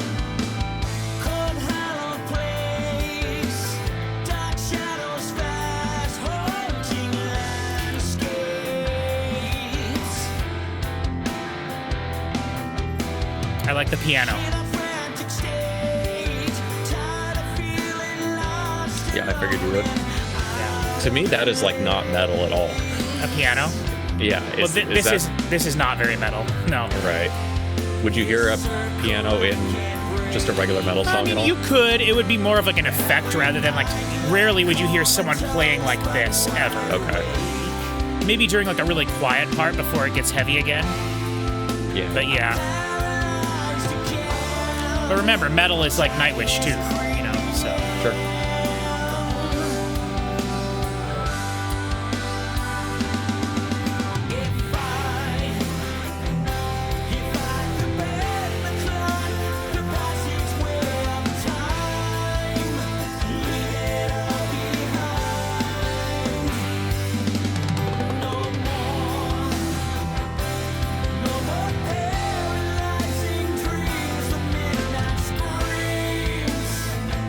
These vocals I like a lot better than the beginning of that song.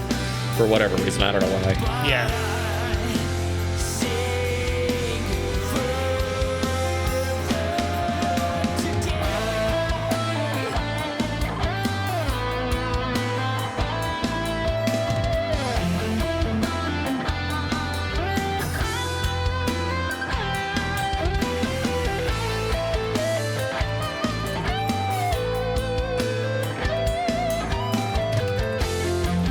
I wanted to change the records behind me so Kiss wasn't looming over my shoulder, but I didn't do that.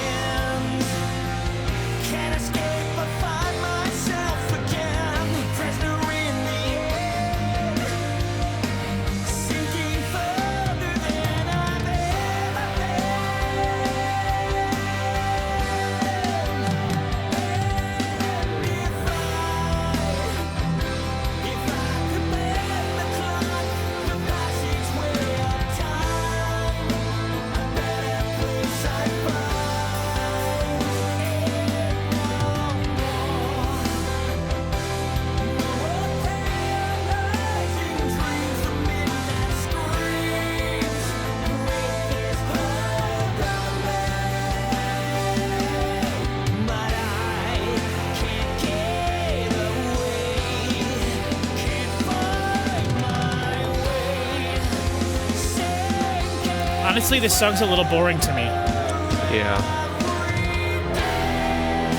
All right, here we go.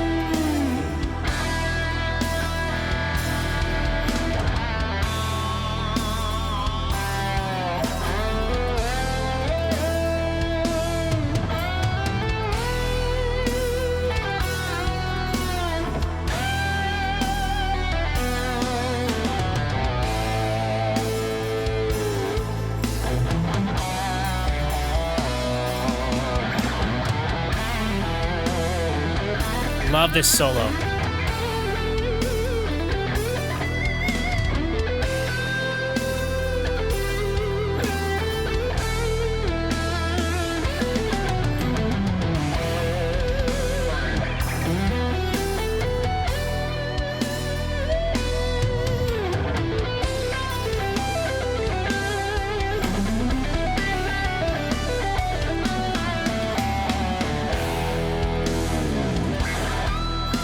I love this. I love this type of solo.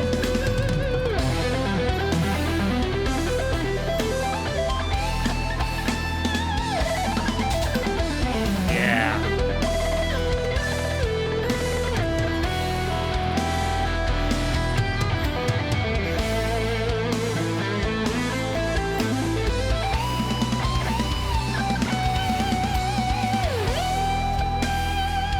I have to shout out to the tambourine too.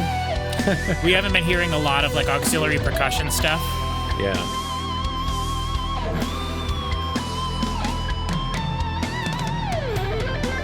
Somebody let me know in the this is too long now, going too long. Somebody let me know in the comments if they have an album that's a little bit. Is this fading out? No. Yeah. Wow, that is awful.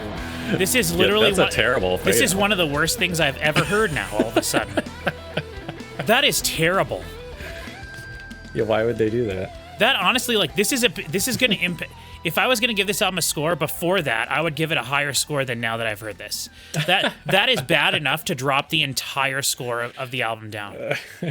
Okay, let's pause it. Don't even need to bother listening to the. That was like a 9-minute song, and someone told them you have to make it 7.5 minutes. So they just faded it out. Ridiculous. Although it is true though that it's 1 hour and 11 minutes, so they could have only fit like 5 more minutes on the CD.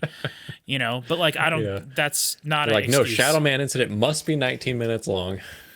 Well, I don't know what that's There's no gonna be. time I mean, for- I don't know. I'm hoping that since that is a 20-minute long song, that it feels like a couple songs maybe put together. Yeah. Maybe it comes back. But like I don't want it to be a 4-minute song and then 12 minutes of solos and then another 4-minute song. I want there to be movements. I want there to be I want it to feel more cohesive, but also, Yeah. So that song, I don't know. See, I'm going to ignore that ridiculous and egregious fade out, which is terrible. I'm going to ignore The song that. felt so much different than the rest of the album. It did, and the thing is, I think if you just told me what that was, I would say, oh, that'll probably be my favorite one, because it seemed like the most straightforward. The song we listened to before this that I did really like a lot, which is the Midnight Messiah one. That one also felt pretty straightforward, but it also did feel like it was switching from section to section. Yeah. Not that you have to have that, but that song definitely was the like ballad of the album or whatever. What we just heard, it started out weird, like you said. You were commenting on the vocals feeling different. And they definitely did. I talked over a lot of that, so I apologize, everybody. You don't know. Before we started, I was talking about this lava lamp, and I was sitting here looking at it, and I was like, "Oh, you can't see it," and so I literally rotated my camera since I've switched to the, and boom, and now like it's got multiple things going. It's got. So now this is cool though too. Here you can't really see it. It's too bright. But this has like multiple bubbles all glowing through here and stuff. Like I almost wonder if I could find like a smaller bulb to fit in there, Yeah. if that would be better. Put some sort of tinting film around it. Oh, that's true. That's a good thought too, because this actually looks really badass right now. You Yeah. just can't really see it. But yeah. Yeah, that's an interesting thought. If I just had some kind of a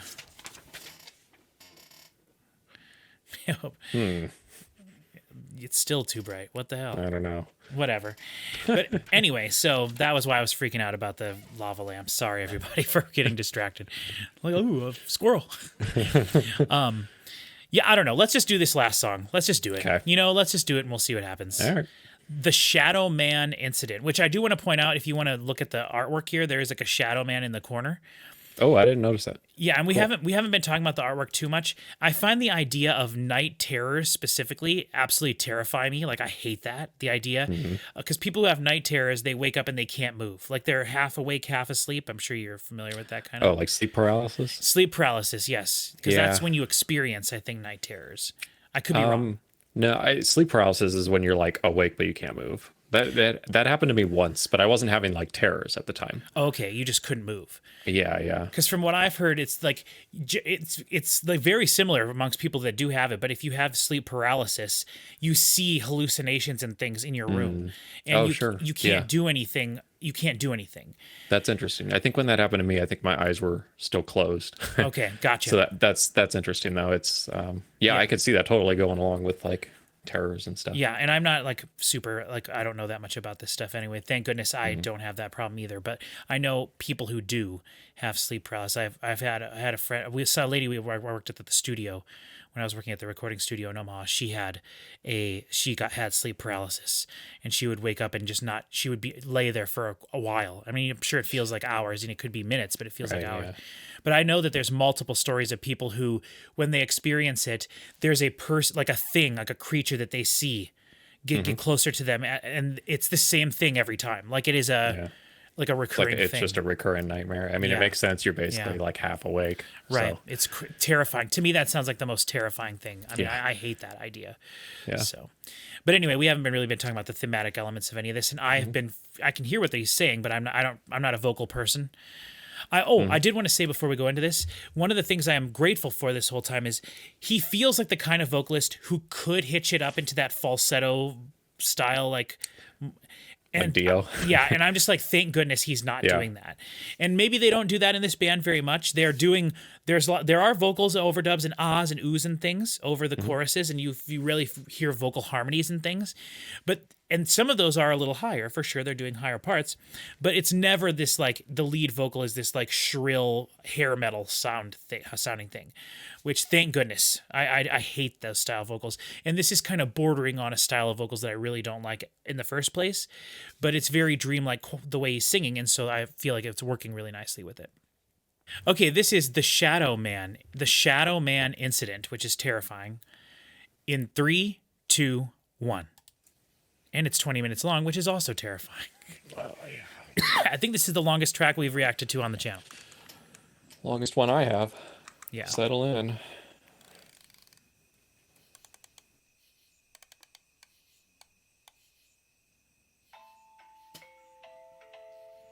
Love it.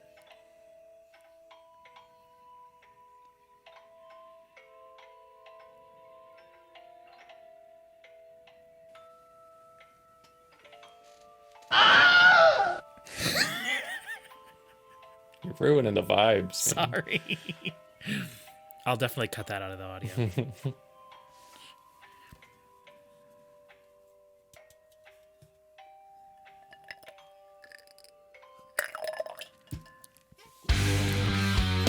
Okay.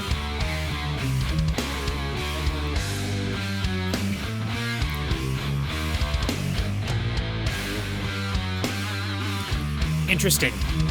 Harmonizing with the bass. That's what gives it that interesting sound, that feel.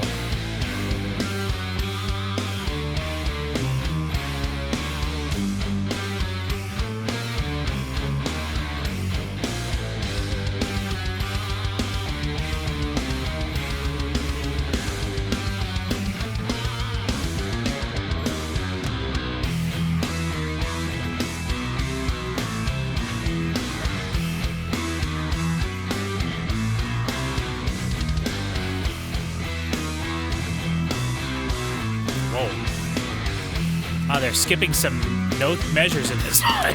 Some beats.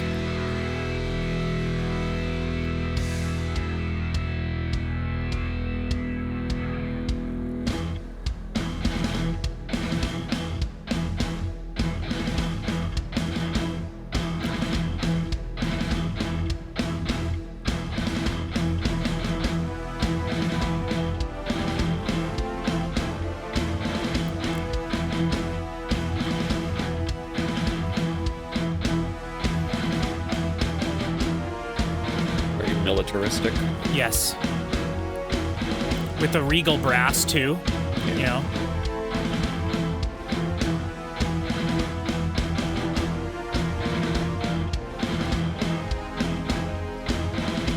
See, no lyric button on this, which is Yeah. a shame because I want to see the lyrics.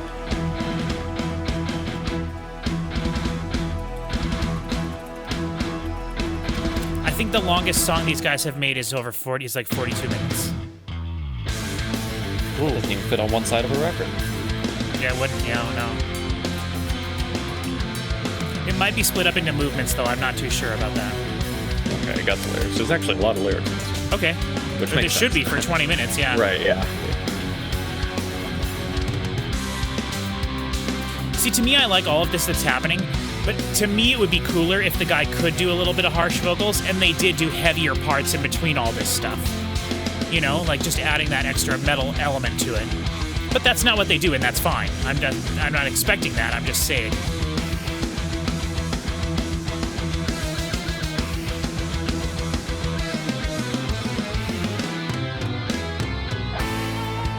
Ooh. Tambourine. I think. An acoustic guitar, of course. An amazing piano, as always.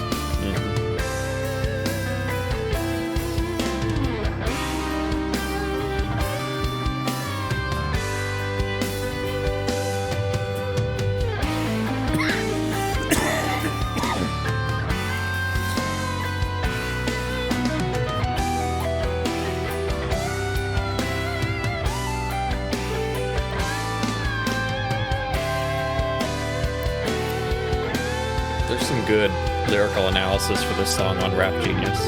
Okay. What do you got? Oh, well, this starts, the first couple lyrics of this are, a frightened child pulls his blanket overhead, which maybe we'll get right here.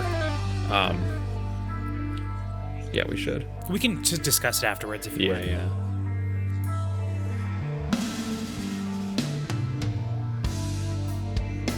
A frightened child Interesting. pulls his blanket overhead. His mind runs wild. I like these vocals. Yeah. Yeah, it's not bad. I like the reverse effect too. Very cool. Oh, yeah. He can feel his steps intrude in the room. But no, Was that the voice of the monster thing? I think so. Ooh, that's Yeah. badass if that's what that was. frozen like a stone. This is more than just Frozen like a stone, so that is sleep paralysis. I think so, yeah.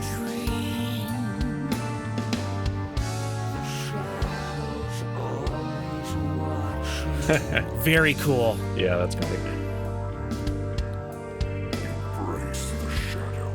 Ooh, that's awesome. she's half asleep. Bedroom window open wide. Can hardly breathe as a figure creeps inside.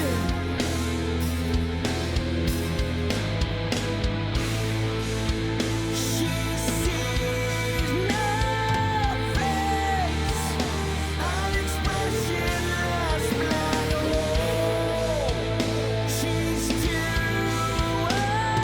afraid to run or speak or hide. Can he peer into her soul? This is more than just a terrifying dream. The shadows always This is almost doom metally. Yeah, a little bit.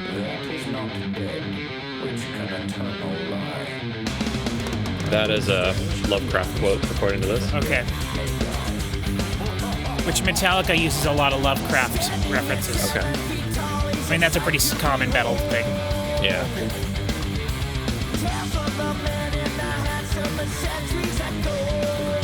Yeah, so that's about the Hat Man, Okay. which is what a lot of people apparently see Yeah. during sleep paralysis. Yep. Man in a hat. That's exactly what I was talking about earlier. Yeah. Yeah. That's so cool. Yeah.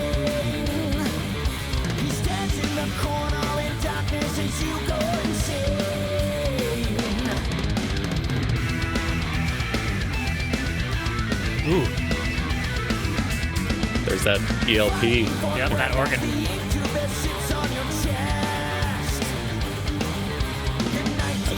Okay, this says historically sleep paralysis was believed to be caused by demons sitting on your chest.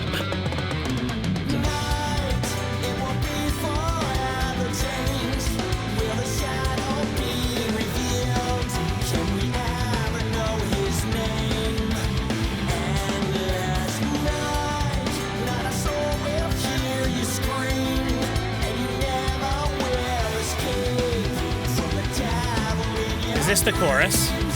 I hope. Yeah. There was a part earlier that kind of sounded like it could have been a chorus, and I was like, I don't like this. But this is cool. This, what we're hearing now, is labeled as the chorus. Okay, awesome. Sweet. So, Perfect.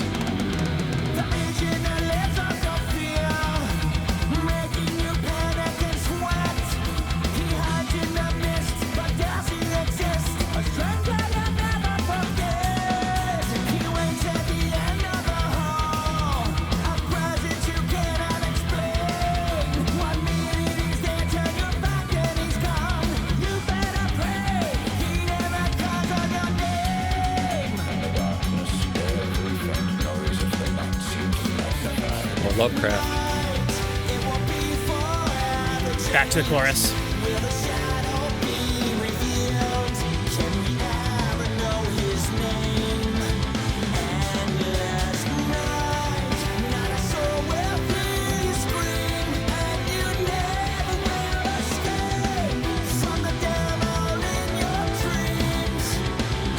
Lyrically and vocally, this is my favorite one so far. I think so far this is my favorite one too, but we are only halfway through. Almost. Yeah. Yep, we're exactly. We're halfway. Halfway through. Now I want it to be terrifying. I want it to just destroy us Yeah. when the Hat Man comes or whatever. Like, let's go. Very cool 3-part guitar harmony. Very cool harmony parts.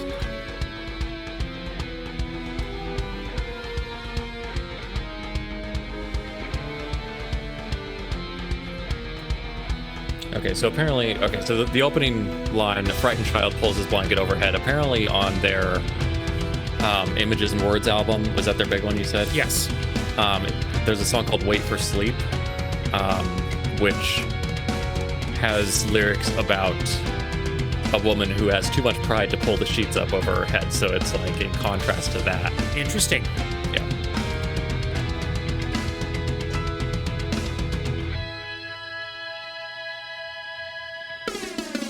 Whoa.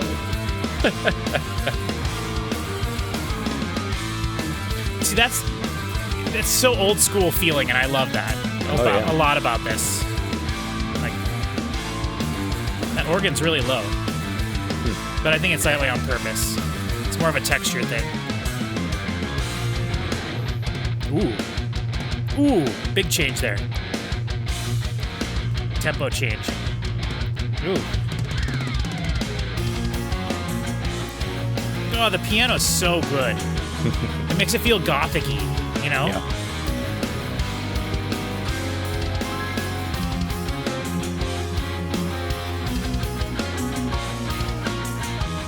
And sometimes they're just weird notes where it's like almost like, you know, Unsettling. a ghost like randomly pounding on a key in a haunted house or something. Yep.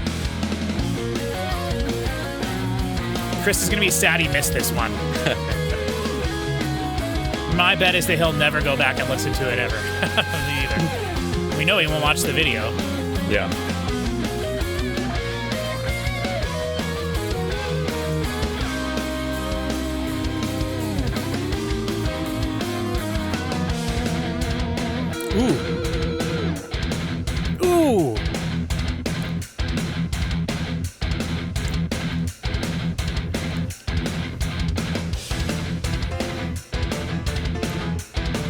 Love it.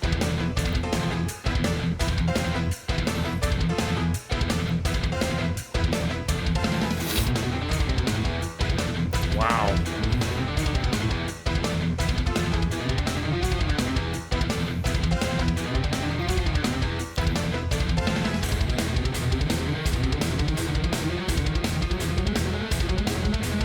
Wow. Ooh.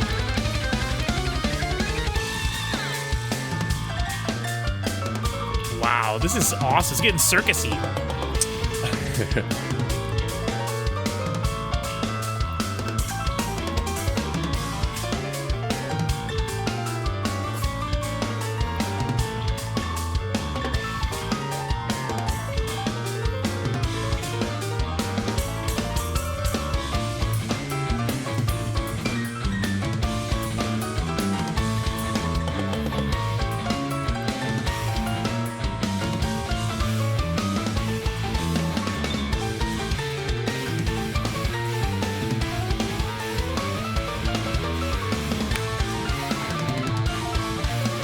Dude, I love like classical piano and stuff. Very few keyboard players in metal bands can do this kind of stuff. Yeah. You know, so you don't get it that often. Are you a fan of Muse at all? From what I've heard, sure. Yeah. Just curious. Matt Bellamy can do this kind of stuff on Yeah, the piano. I can see that. Yeah.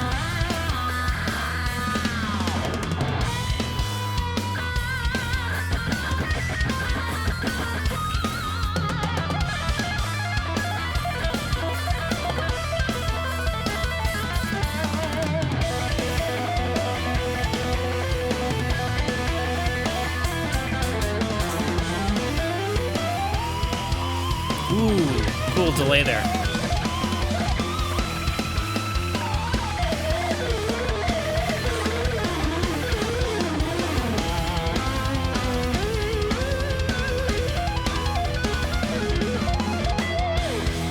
I don't know how long this solo section's been going on, but it didn't feel too long to me. No. Like they're doing a good job, I think. If they go back to it, you know, Yeah. and there's a little bit more verse or whatever, and then the chorus, I want that. I like the goth feel of this, the gothic feel of this. Yeah, for sure. Because we haven't talked about that at all, like gothic metal and like goth rock and that kind of thing. Yeah. This is kind of adjacent to that. Oh, it definitely is, yes. Oh, yeah.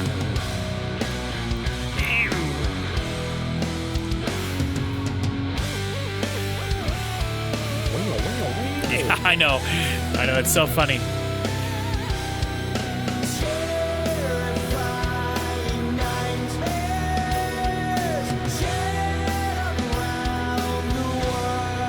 This guy's voice sounds so familiar to me. I had to have heard him singing guest vocals on something. Some album that I really like. I'm trying to think of what it would be. Avantasia or something, maybe.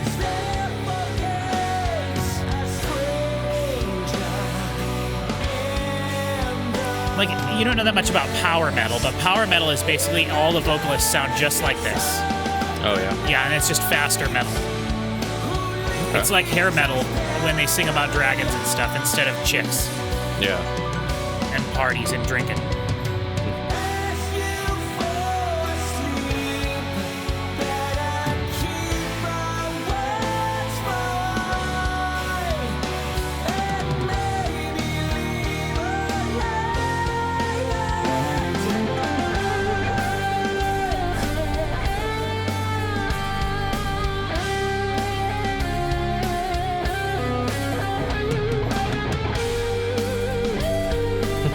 Have you listened to the True Symphonic Rockestra?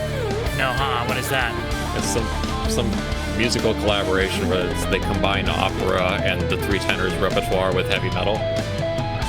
And apparently this guy is one of the three Vocalists? Yeah. Interesting. I haven't heard that particular thing. Not a big fan of opera, really. Yeah. But, I mean, you know, that can mean so many different things, really. But you like operatic rock or like vocals and yeah. Females, kind of. See, the more operatic they are, though, the less I like them, you know? So, this is one section too many, one solo section too many. Well, you know, for a 20-minute song, it wasn't as bad as I thought it would be. Right. I really would like them to do the chorus one more time, but they ain't going to. Like, this might have been my favorite song on the whole thing.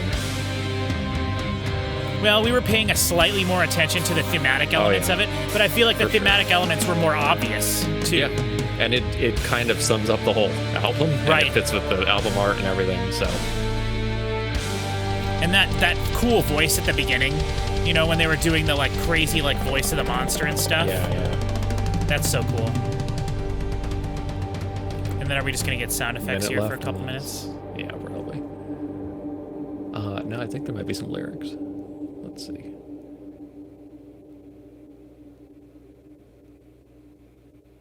Yeah, there's a little outro. Okay.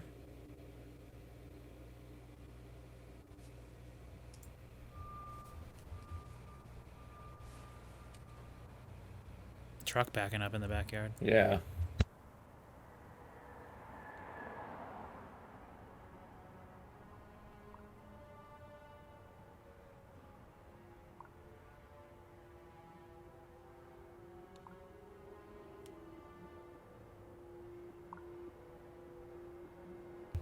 Drip, drip.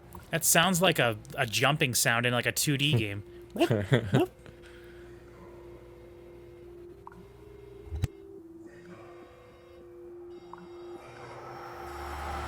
Wake up. Pink Floyd. right into Pink Floyd Dark time. Side of the Moon. Yep. You know, and I would not be surprised if they ever did anything like that on purpose. You know, they probably played a whole Pink Floyd album from front to back, and you know, before. There was a few times in there where I was thinking it was getting a little Pink Floyd-y. Yeah. There's so many like that sounds like this prog band. That sounds like this prog band. Right. And they just jump all over with kind of those styles and different keyboard sounds and guitar sounds. It's crazy. Well, and that's what I think prog music really is. You know, really, it is just kind of a lot of different things all at the same time. And it's funny too, you said keyboard sounds, because keyboard sounds are such an interesting thing to me, because you can use any keyboard sound to do anything. However, there just seems to be like 5 keyboard sounds that are like and they're all from the 80s, you know, they're all the same thing. And I understand for some of them, for like lead stuff, like you want to, you basically want something that sort of sounds like a guitar, but is a little bit more, you know, but like, Dude, I would love to see like that video we watched of the different drum sounds or whatever. I would love to see someone play the same notes on a keyboard just with different, sounds that just like would sound, because there's so many things where it's like that keyboard sounds exactly like this band. Right, for sure, exactly. And the reason for that is because they use those particular sounds in their music. You know, like I had a guy that I worked with at the recording studio, and his thing was he hated it when he heard a sound in a song that had already been used.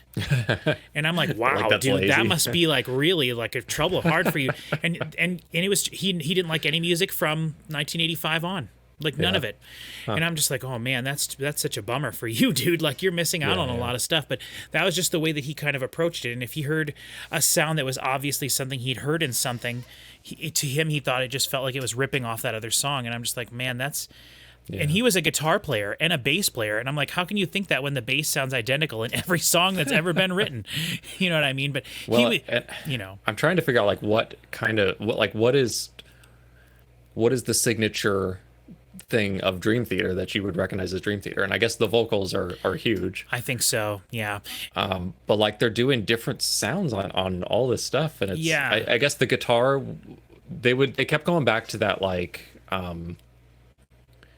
that Black Sabbath sound in guitar at times that was a little deeper. Yeah. I think, see, to me, the biggest takeaway from this, to get into my big takeaway from this, is that there's nothing any more special about Dream Theater than any other like metal band I've ever heard. No, and I don't mean that in a negative way. I just mean okay, maybe that was a wrong way to say what I was trying to say. I'm just worried about the no, because the people out there. Because to me, like I was expecting this to be way different than most of the metal I listen to, and it was not at all. Like, you could take all of the metal bands that I like, you could take chunks of this and put it on there and be like, this is just like that. Now, but this is quite like what you already said, though. Right, that there's more so much different than like raunchy that we've been listening to. Like, yes, but at the same time, in some ways not, either. Like, no, but this is very distinctively progressive. Yes, in a way that raunchy is not. Right, but also like, yes, raunchy is not the greatest example, as I've already said. We're doing for those and maybe of you, I'm not. Yeah. But I get it when you guys were pointing out. It's like, this is basically a Metallica song. Like, is that what you mean? Is like, yes, yeah, like I could see Metallica doing this. Yeah, but also 2 minutes just of this song, right? But also just like all the metal that I listen, like there's a lot of metal bands that I listen to that have a keyboard player in it, right? And occasionally the keyboard player will turn on the piano patch, and it sounds just like what they were doing there. You know what I mean? And they're not inventing anything. No, like, for sure. And it's not that so much either too. Like, when I said that they're not doing anything different than what I expected, like that was almost like coming from a place of relief. Like, I was expecting that, like, one thing I have to say is that I am disappointed, and everyone gets mad at me when I talk about song structure and the fact that I actually like and prefer ABA song structure. Like, I want a song to come back to a chorus at the end that has already happened. Like, I want that. And yes, I know what I'm saying, person watching this video. Like, I want there to be repeating parts in songs, okay? And people get so mad at me, like, you just go listen to Britney Spears and Taylor Swift, because that's clearly all that your brain is capable of understanding. Like, no, I want a song to take me on a journey, and I want to come back home at the end. I want to feel satisfied when a song is over. And when a song is just all these different pieces put together, to me, it's less of a journey and just more of a puzzle or some weird thing. Like, it's not, it's way more abstract, which is what I think they're going for. That has been my struggle getting into prog rock bands my whole life. Right. And that's why when we listened to Pink Floyd, I was just like, this is not really for me, but I loved everything we were hearing in terms of like the way it sounded, the really cool vocal harmonies, like for the year it came out too, you got to take that into consideration because it sounded really good. At least when we were listening to the 50th anniversary remaster, which is I think you get way more into this stuff if you pull up lyrics and or if you could listen to them and think about them. Maybe. I think for me though, like you're right. However, for me, the point of the channel is to talk about the audio stuff we're hearing. And it's not about the breaking. Like, if we wanted to break down the meaning of the songs and stuff, that's a whole layer that I don't approach it from at all. Yep. And for me, when I listen to music, what I listen to first, second, third, fourth, fifth time is what the music sounds like and how much I enjoy I'm enjoying what I'm hearing and how good it sounds. Then if I really enjoy something, and you know this too, like my favorite band is Kaiser's Orchestra. They don't sing a single word in English. I've never looked up what any one of their songs is about, ever. Like, it is so But you still want to go back to the chorus. Right, I do. Yes, because that's the song. That's part of the song. Sure. It's the feeling of coming home, not the fact that they're repeating the same thing so I can understand it better. It's the feeling of the repetition. But whatever, I'm not. And Dream Theater was pretty good about that, really. I was going to say, I was very surprised with how many times they did that. Yeah. They do the thing that I don't mind as much, of course, obviously, but like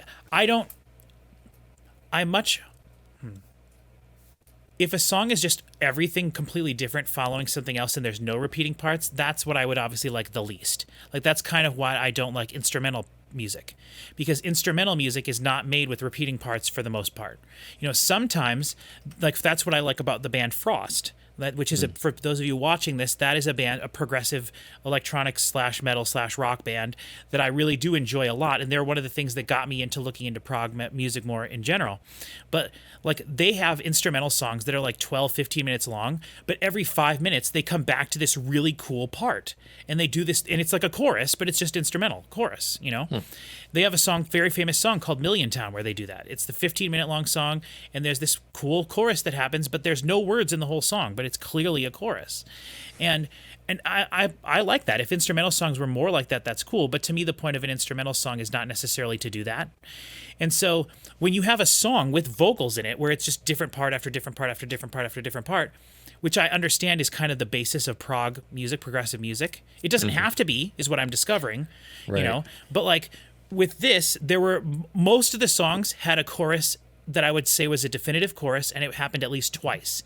Yeah. And then after that, the song is like just soloing for basically the rest of the song. And again, I understand that that's what this band is known for, the technical musicianship. You're sitting there waiting for the solos. And I can understand that. You know, I'm a fan of Children of Bodom. Like, I love everything Children of Bodom does. And when you listen to a Children of Bodom album or any song, kind of you're sitting there waiting for the solo, you know? But for them, it's more about the adrenaline and the excitement and like, what are you going to hear? And it's also at the same time, their solos are very melodic and very, you know, you could hum along and sing along with their solos, even though they're fast. And so with this, though, the solos are longer, like twice as long as I would expect maybe some of them to be. And there were some solos that I really liked a lot. They were very melodic, and they fit with the theme of the song. And I liked what was happening underneath them. I liked what the solo was doing. Like, I liked the vibe of it, whether it was bluesier or jazzier or what it was doing. But then there were some that just felt too meandery, and it was just the same, like, I didn't care for that. And then there were some that lasted maybe like a little bit longer than they should have. And it's those sections that pull me out of it a little bit. But I can still appreciate, obviously, the technical musicianship of sweeping up the guitar and going like way further than you think that you could go with repeating that pattern. Like, that's cool too. But, you know, and I want to say it again, and hopefully I can say it better this time. But like, the thing that shocks me the most about this is how I'm not as surprised with any element of what we heard. Like, it is exactly what I would have expected it to be. And so often when we do stuff like this, I am wrong. Like, my impression of a thing is wrong, right? And it's not exactly what I think it is. And sometimes it's sort of annoying, like with Pink Floyd, you know, like I wanted no one ever told me that Pink Floyd didn't have really repeating parts and that their songs, like, you need to think of for those of you watching, I've only heard one Pink Floyd album. It was Dark Side of the Moon.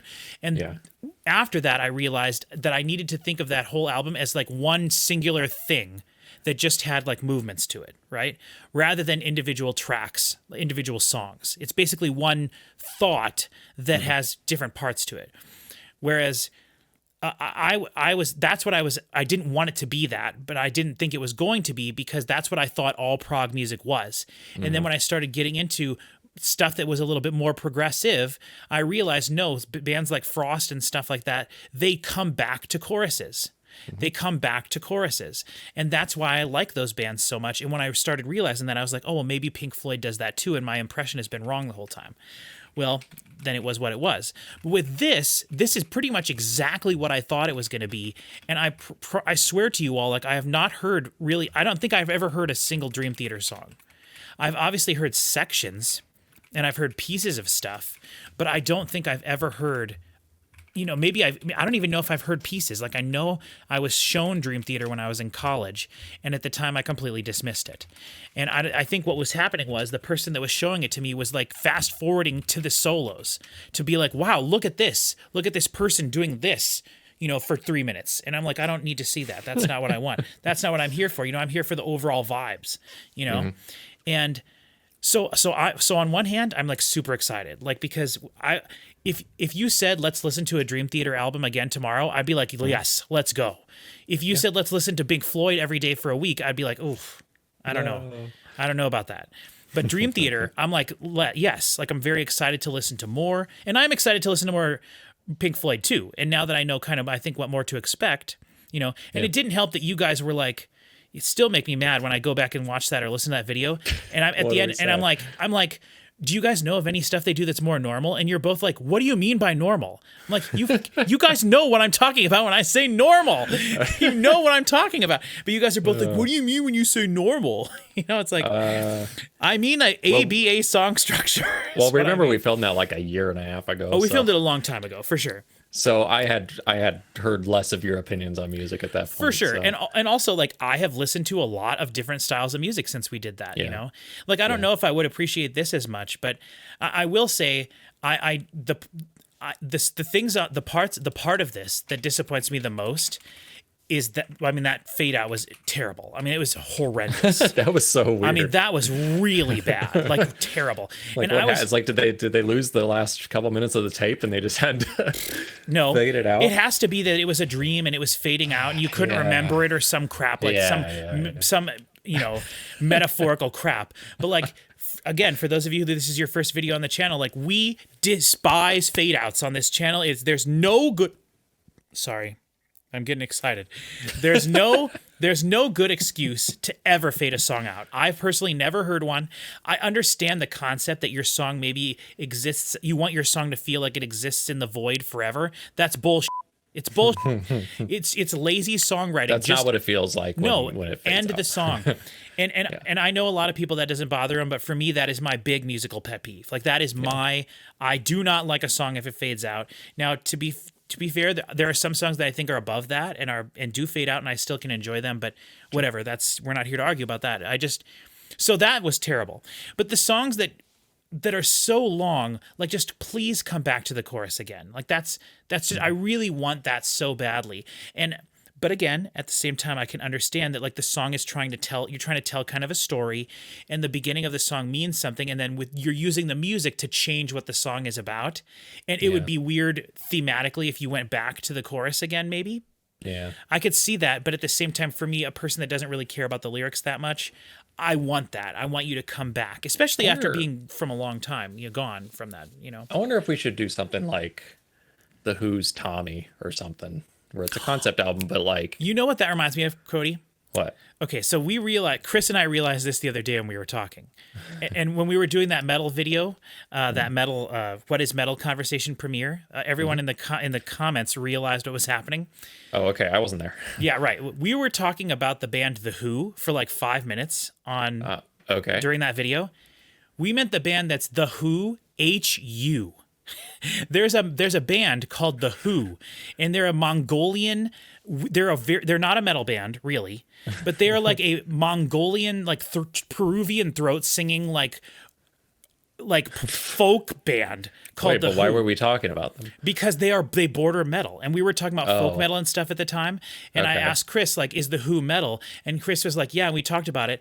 And everyone in the comments was like, Cody thinks you mean The Who, HWHO. And I'm like, oh my god, it didn't even register with me that there was a band called The Who. That's funny. I think I may have figured that out. Well, we were also talking about keyboards and stuff at this time too, which I know is something The Who is known for, kind of. Yeah. And so, like, I could see where and we didn't talk about it for very long, like we did not dwell on it at all. Yeah. But as I was like, I don't know if Cody ever realized that. So The Who is a weird like Mongolian monk like thing that's like really famous. Yeah. And I think I'll have to go back and watch it, but I think I did realize that at some point in there. Yeah, you probably did, but we were just like, yeah, that was... Because I'm like, this probably doesn't sound like they're talking about that. Right. Yeah. Anyway, that stuff is all super progressive too. There's not really choruses in that stuff. It's more about folk. Like, it's like each song is telling a story, and so it's like...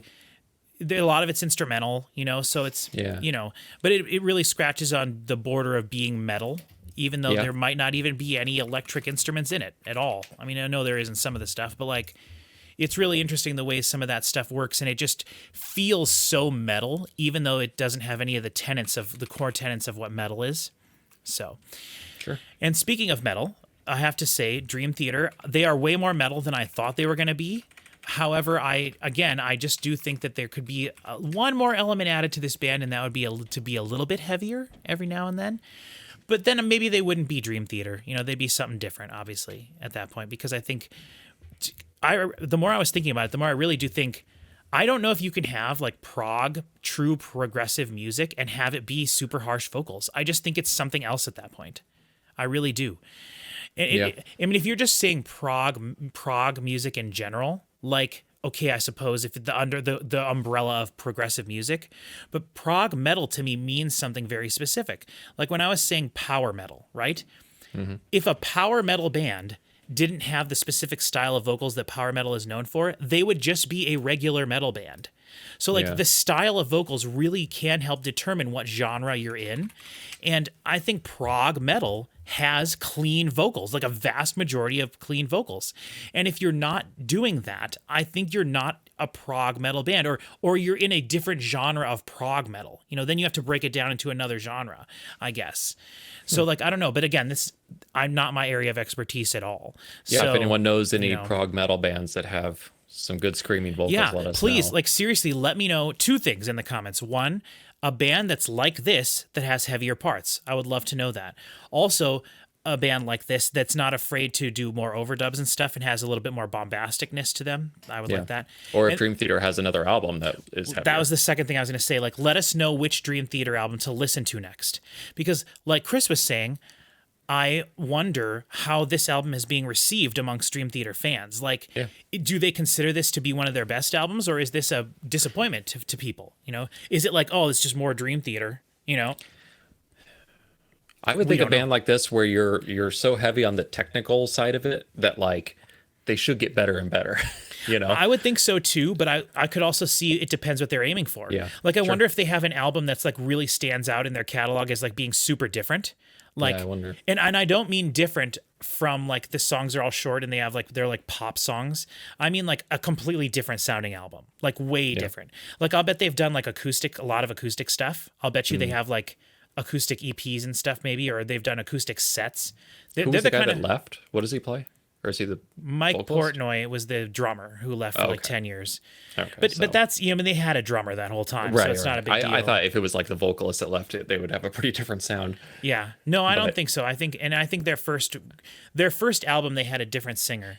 Yeah. And I think it was probably pretty similar to this. But again, that was an album that came out in 1989, I think. So yeah, I would be curious to listen to that. Yeah, quite a bit different time period, I mean, for music. Right.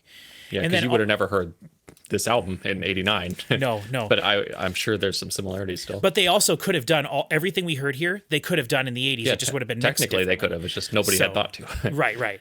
So, but and like all the four of their albums that I do have, they're all from the 90s. They're all 90s stuff, and I don't know really like. I mean, I kind of explained everything I knew about them at the beginning, even though it was really hodgepodge beginning. So, okay. So anyway, that's sort of our first Dream Theater thing here on the channel. I'm really curious what everybody thinks about this.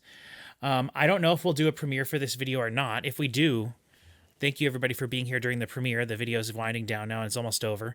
So thank you for being here. If you're watching this video, you don't know what I'm talking about. We do premieres where a lot of people, I guess people don't do this on their YouTube channels that much because it confuses people so much. Yeah. But like what we do is I'll take this video, I'll edit it, I'll get it ready to post, and then we do a premiere, which means it's premiering live on YouTube, and then whoever is everyone can watch it live. And so what happens then is I'm there constantly in the comments, and people can talk to me, and we respond in real time there. Yeah, it's great. Yeah, it's awesome. And like mostly it's people from our Discord and people that care about the channel enough to at least do that and show up on, you know, when we're doing and then it saves the chat so that when someone watches it later, they can push a button the chat and watch replay, the chat back. which Exactly. is pretty cool. And I know a lot of people on our Discord that can't be there. They always watch with the chat and stuff. And recently I tried to do a premiere video for the What is Metal conversation, and it just didn't work. It wasn't working very good. Yeah, there was never less than 20 people there, which my cutoff is like 30 people for being worth it, but I'll stay there regardless, I think. But that's one that kind of you would think would spawn a lot of conversations, but maybe not. It would, but the thing is you have to sit there and listen to what we're saying. You know what I mean? You're not watching us react to anything. You're like reacting to us saying something, and then by the time you say something, we're already saying something else. Sure. So it really doesn't, that kind of video doesn't really, like you couldn't do that with a podcast. You know what I mean? Yeah. But with the reaction video. Some people film their podcast live. Sure, but then they're watching the case, you have comments and they can engagement. respond, Yeah. which I would love for us to do stuff like that. I want to try stuff like that, but I don't know if Someday. we, you know, That's the next evolution of the channel. It would be for sure. And you know, I told people at the beginning of this year that I wanted to try to do more this year on the channel, more videos of bands people want us to react to rather than just the stuff I personally want to react to. Yeah. You know, and so far we haven't been doing very good with that because of the raunchy stuff, but that's a special project I've been wanting to do.